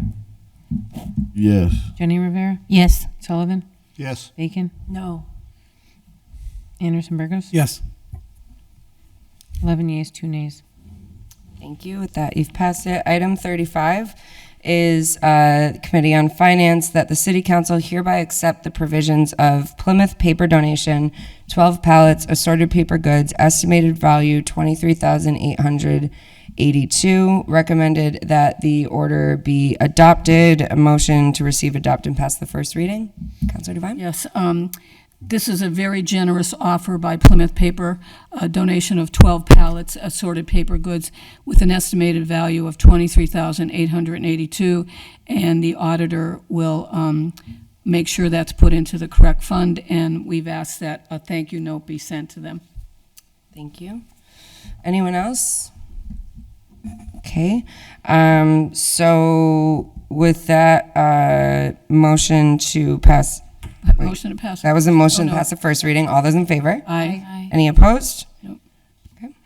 Motion that the Second reading. pass the second reading and that be adopted. The clerk will motion to pass the second reading. The clerk will call the roll. Bartley? Yes. Devine? Yes. Givner? Yes. Rainey? Yes. Jordan? Yes. McGrath Smith? Yes. Murphy Ramboletti? Yes. Ocasio? Israel Rivera? Yes. Jenny Rivera? Yes. Sullivan? Yes. Bacon? Yes. Anderson Burgos? Yes. Unanimous vote. I'd like to make a motion. Yes, To extend the time for the meeting, given that we are hitting the time cap by 15 minutes. Second.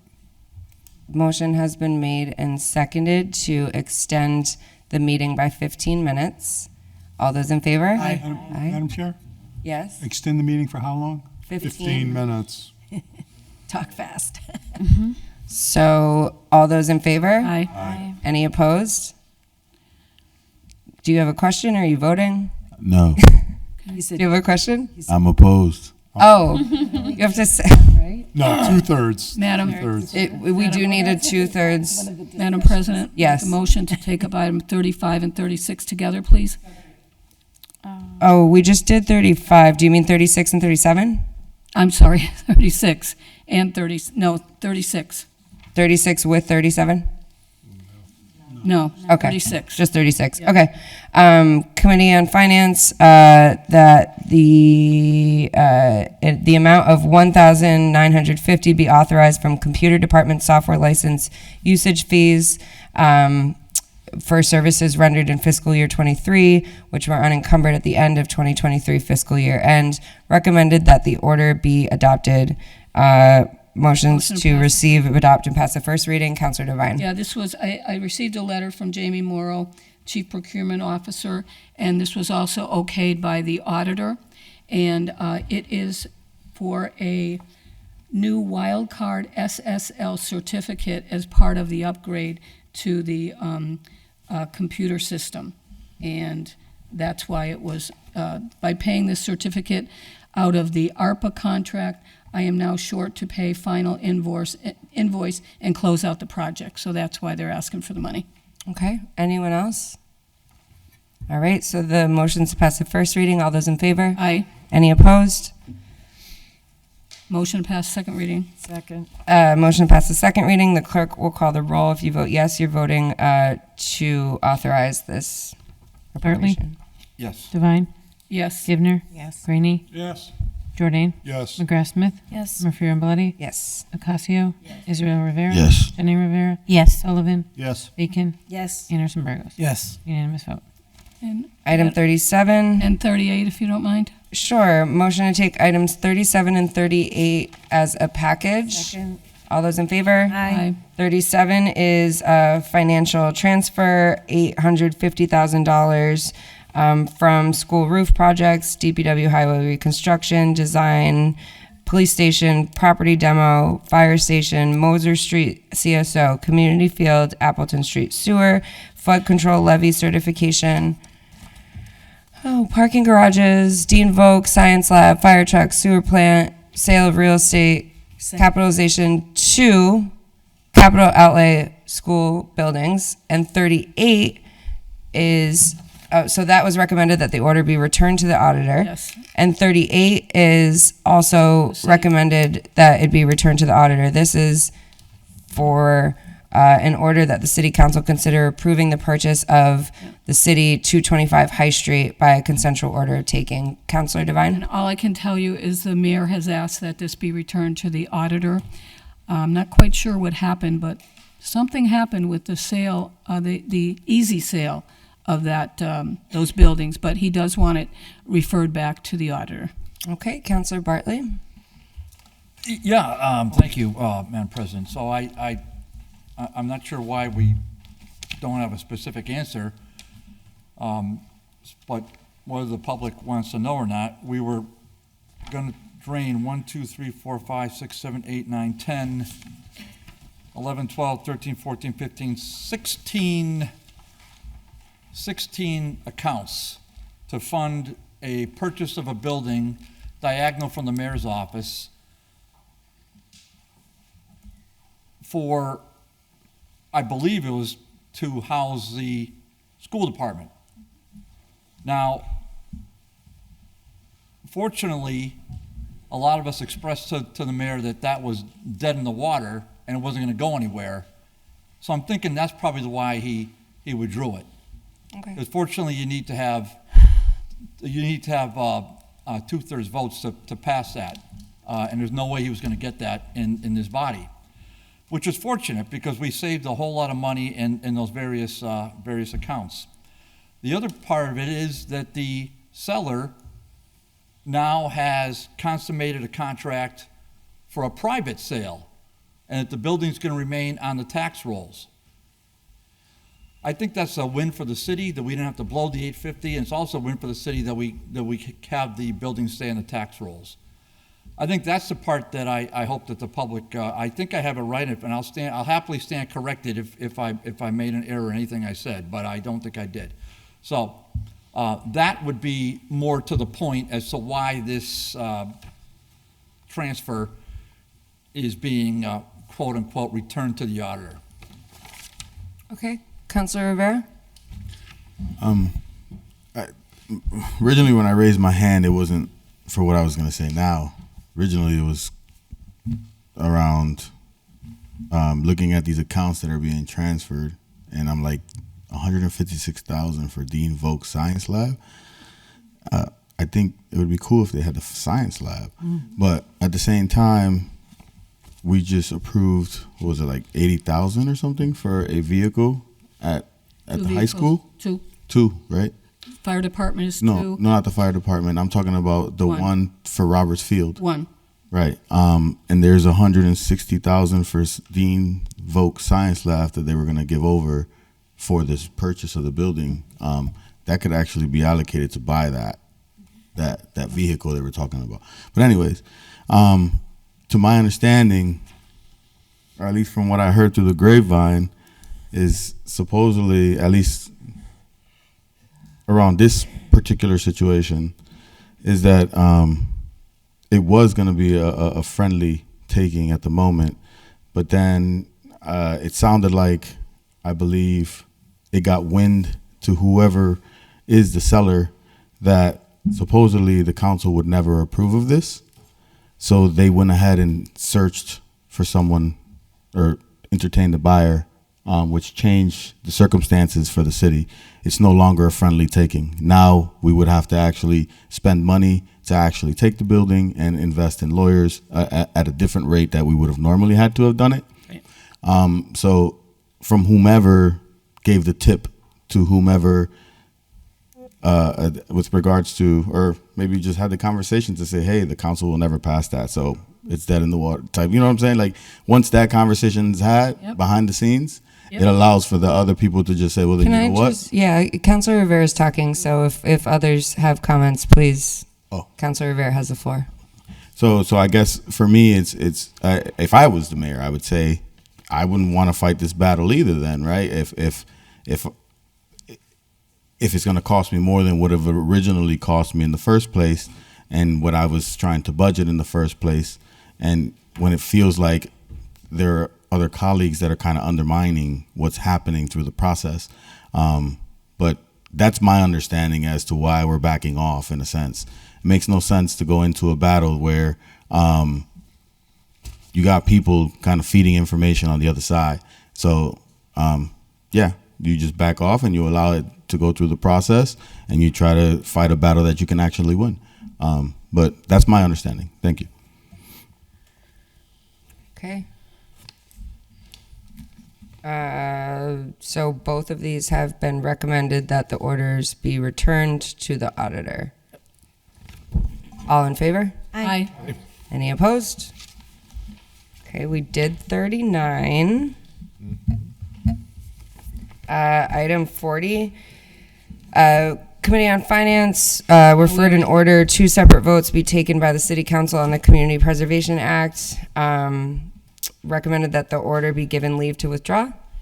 And the same with item number 41. You want to take those as a package? Yeah. Second. So motion to take items 41 and 42 as a package.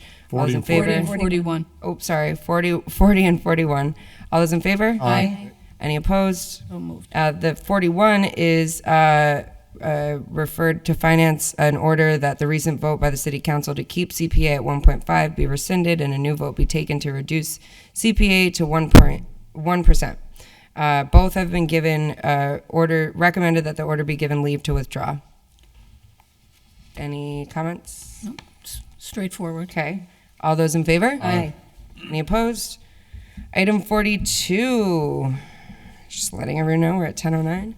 All right, so item 42, Committee on DGR, to whom referred an order for a special permit application of Hassan Karuka at 263 Hamden Street for an outdoor vehicle sales lot. Recommended that the special permit be granted with the following conditions. Hours of operation are Monday to Saturday, 8 a.m. to 6 p.m. No more than 10 vehicles on the property, and there be no vehicle repairs done on site beyond safety repairs to make vehicles safe for sale. Councilor Givner. Thank you, Madam President. So we had Mr. Hassan Karuka into DGR, and he presented his car lot and promised us he wouldn't be working on cars that didn't belong already to the car lot. But basically, he had his proposal for a car lot in that space, and it's my understanding it used to be a car lot anyway.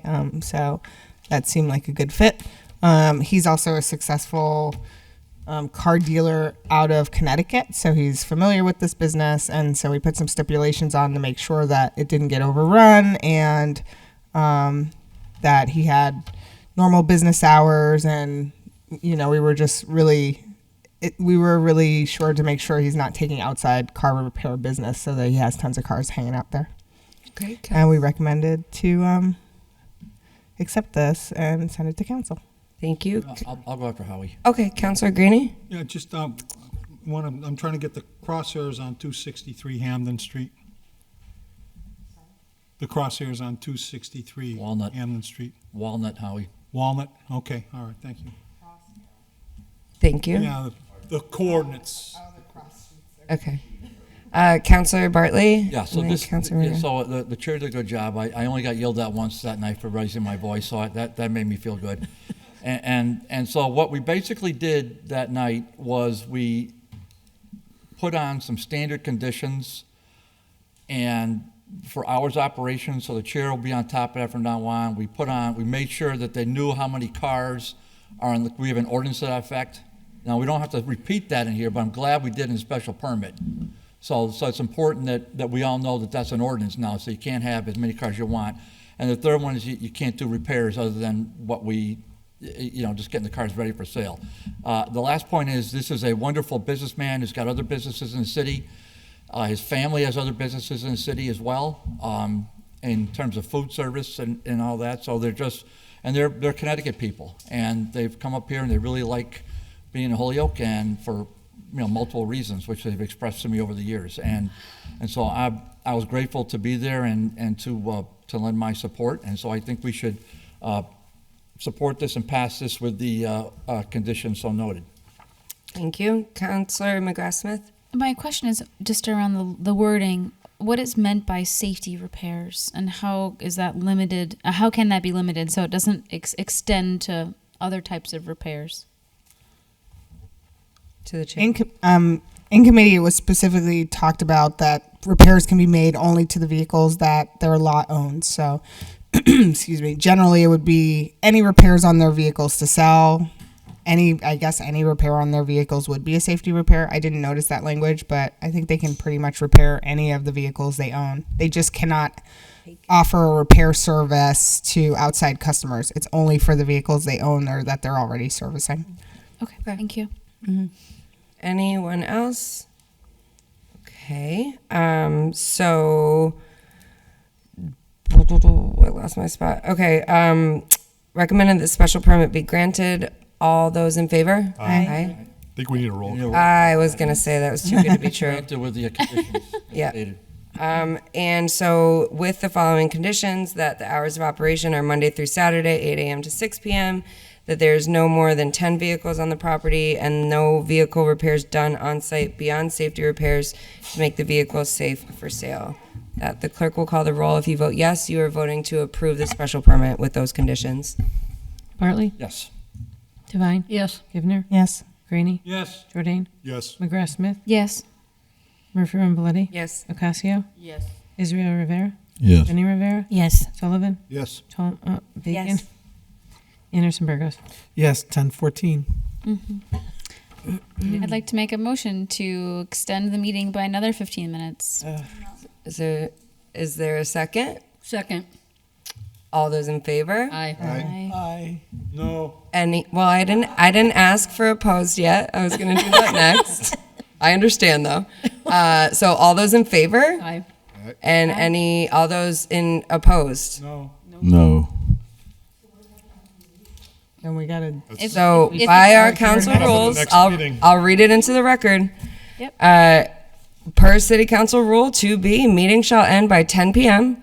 unless an extension is approved by a 2/3 majority of those present, any items remain, those items will be added to the beginning of the next regular meeting.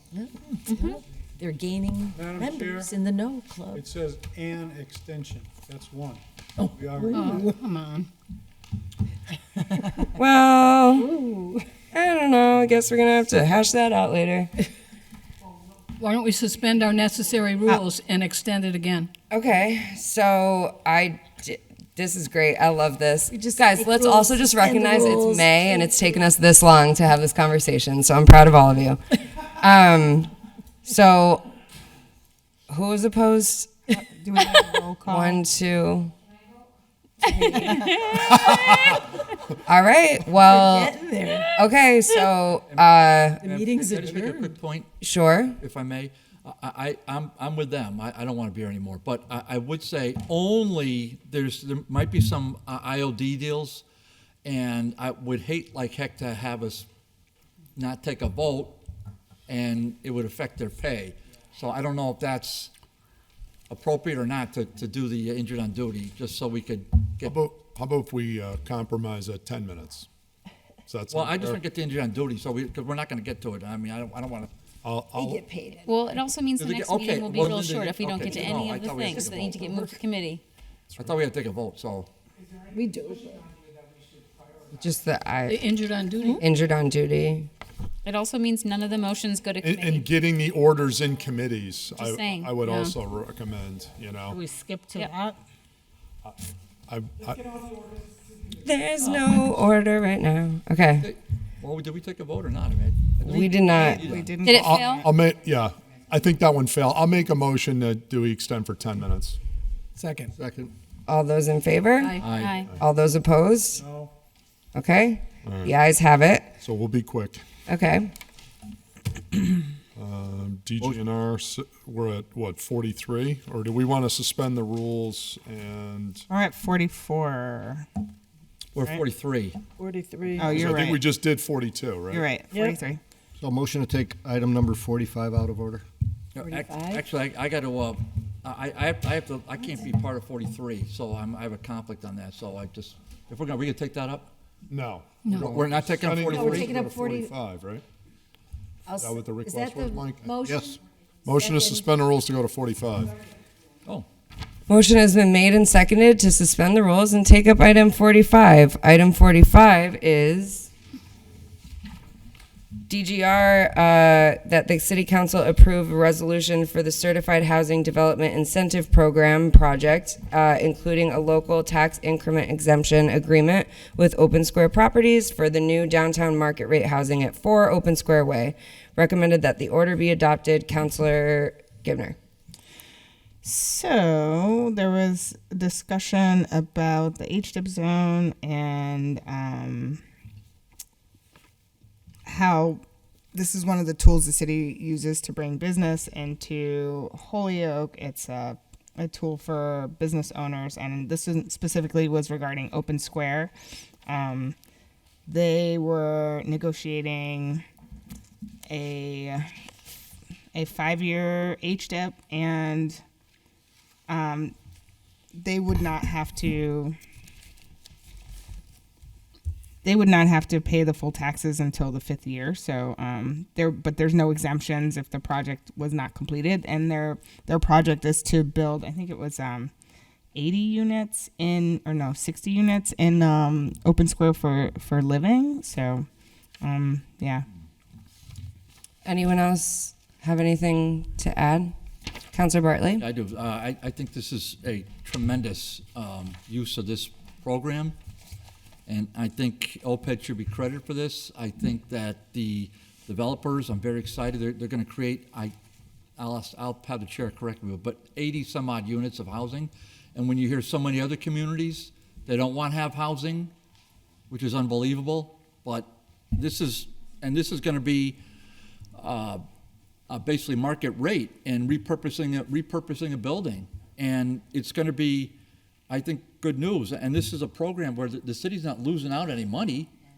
It just cuts down on the new growth by a certain percentage, and then it scales back up again. So it's really a great use of a government resource to to incentivize a developer on what was probably a challenging project. And I'm grateful for their ingenuity and their investment. Thanks. Thank you. Anyone else? Is that your hand? Oh, Councilor Rivera and then Councilor Sullivan. I just can't help it real quick. I'm sorry. Like it just I'm gonna vote for it. Yeah, whatever, man. But at market rate, 80 apartments, 5 years, you're not gonna pay a significant amount of taxes. Or 84 market rate. That means that gentrification is coming even faster. But whatever. And the people that are gonna rent those apartments are probably not gonna get tax breaks throughout that or any breaks. But whatever, I'll vote for it. Sure. Okay, Councilor Sullivan. Yep, what he says is true, but it's going ahead, and imagine that, 84 for half the price of the other 84, 2 blocks away. Okay. Yep. On the motion, anyone else? Okay. Recommended that the order be adopted. The clerk will call the roll. If you vote yes, you're voting to approve this order. Bartley? Yes. Devine? Yes. Givner? Yes. Rainey? Out of the room. Jordan? Yes. McGrath Smith? Yes. Murphy Ramboletti? Yes. Ocasio? Yes. Israel Rivera? No. Jenny Rivera? Yes. Sullivan? Yes. Bacon? Yes. Anderson Burgos? Yes. 11 yeas, 1 nay. Motion to take up item 46. Motion to take up item 46. Is there a second? Second. All those in favor? Aye. That the DGR ordered that the City Council sign and support the attached amendment resolution to create a state-authorized cultural district for at least 10 years to be named the Puerto Rican Cultural District. Recommended that the order be adopted. Councilor Givner. So Stephanie from Mass in Motion was on Zoom with us, and she mentioned that she would like to. There was some discussion to have this extended to 10 years and name the Puerto Rican Cultural District for 10 years instead of 5 years, and it just helps them to apply for funding and do different types of programming in the cultural district. So I thought this was a pretty straightforward one, and we recommended unanimously that it be adopted. Anyone further? Okay. With that, the clerk will call the roll. Bartley? Do I need to? No. Okay. All those in favor? Aye. Any opposed? Do I need to? Do we need a roll? Resolution attached there, just make sure it doesn't have a spot for a roll call. I feel like it does.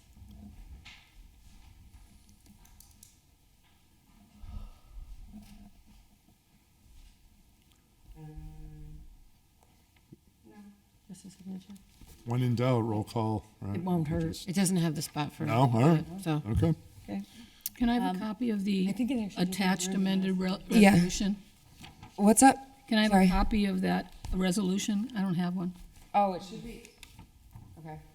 Should be attached. That's okay, whenever. Okay. Jeff- All those in favor? Aye. Can I make a motion to suspend the rules that take 83, 84, 85, and 92 together as a package? Second. And be able to take final action on them tonight? They're all injured on duty. Second. Yep. Please hold. Press 1 for Tessa Rompoletti. Press 2. Exactly. Please hold. You've had a couple good lines tonight with the please hold and then the cruise director, whatever that was. I like the cruise director. 83, 84, and 80. 93. That's why I keep saying don't give it. We don't have that much in the first. 85 in there too. That's an injured on duty. Oh, 85 is a duplicate? 83, 84, 85 is a duplicate, 80. 92. 92. 92. I'm gonna forget that already. All right. Okay. This is fun. How fast 83. These are all transfers for injured on duty. The first 83 is for $15,359. Suspend and pass the first reading? Oh, let me gonna just do 'em read all them. as a- I'm going to Oh, read them all right, all. okay. Sorry. Thank you. And then 84 is a transfer for $21,018.67. 85 is a duplicate. 86 is 13,000. No, we're No. not. 93. 88. 92. No, never mind. 92. 92. 92. Hold up. Am I not 87? We're just going right to 92. 92 Okay. for the fire department. Yep. Mhm. Is $877.58 transfer to injured on duty. Let me hold that. I think that's it, right? Yeah. Yep. Make a motion to pass all of the first reading on all of those. Second. Yep. Okay. So that was the first reading? Yep. Okay. And then Motion to pass the motion to second pass reading. the second reading. The clerk will call the roll. If you're voting yes, you're voting in favor of these transfers. Bartley? Yes. Devine? Yes. Givner? Yes. Rainey? Yes. Jordan? Yes. McGrath Smith? Yes. Murphy Ramboletti? Yes. Casio? Yes. Israel Rivera? Yes. Benny Rivera? Yes. Sullivan? Yes. Bacon? Yes. Anderson Burgos? Yes. Unanimous And vote. 85, return to the auditor as the duplicate. Second. All those in favor? Aye. Okay, any opposed? So moved. I dealt with, did not deal with those. That's I think that's a wrap The on our rest is 10 table, minutes. considered table. Tabled until the next meeting, right? Tabled until the next meeting. What about, can we get some of these to finance real quick? Because if not, we're going to be holding up stuff. I'm sorry, you know. Someone has to make a motion. Someone just make a motion. I can't, Okay, a motion to suspend our rules and extend the time until we get through these finance transfers. Transfer to finance. All right, well, let's give a list, Patty. What items are we talking? Let's here? see. Okay. 86, 87, 88, 89. So, Okay, yep. I've So got 86, 87, 87, 88, 88, 89, 89, 90, 91, all to finance. all to finance. Thank you very much. Yep. 86, 87, 88, 89, 90, 90, 91. 91, And 92. And No, 92. we did 92. 93's done, 94's done. 95 should go to finance too, and 95. and that's it. Yep. To that's it. finance? Thank you very much. Yes, All the Councilor finance. Rivera? No, just for the sake of future planning, I would Yeah. say that if there are any items that are pertinent, then we should make sure that we take those up first ahead of time next time, knowing that the 10 o'clock is the point where it's cut off. Some of the other items that we took up were just reporting out items. So it makes no sense to take up reporting out items first. Let's make sure we take up the items that are pertinent should be the first. president. So that You we're should not. do it. No, I should not. You can totally do it. No. That's a great recommendation. Just saying. And this is our first time. So hold on, we're not done. Hold on. On the motion to finance? On the motion, all those will be sent to finance. All those in favor? Aye. Any opposed? So moved. Is there, Motion to adjourn? Second. Oh, right. Those are tabled by rule. You don't. that's what I was thinking, but okay. So Second. seconded. And second on the other one too. All in favor? Aye. Hey guys, keep him out of Still this. can make a motion to adjourn, right? yeah, I'd love someone to make a motion to adjourn. Second. All those in favor? Aye. Thank you all. For those of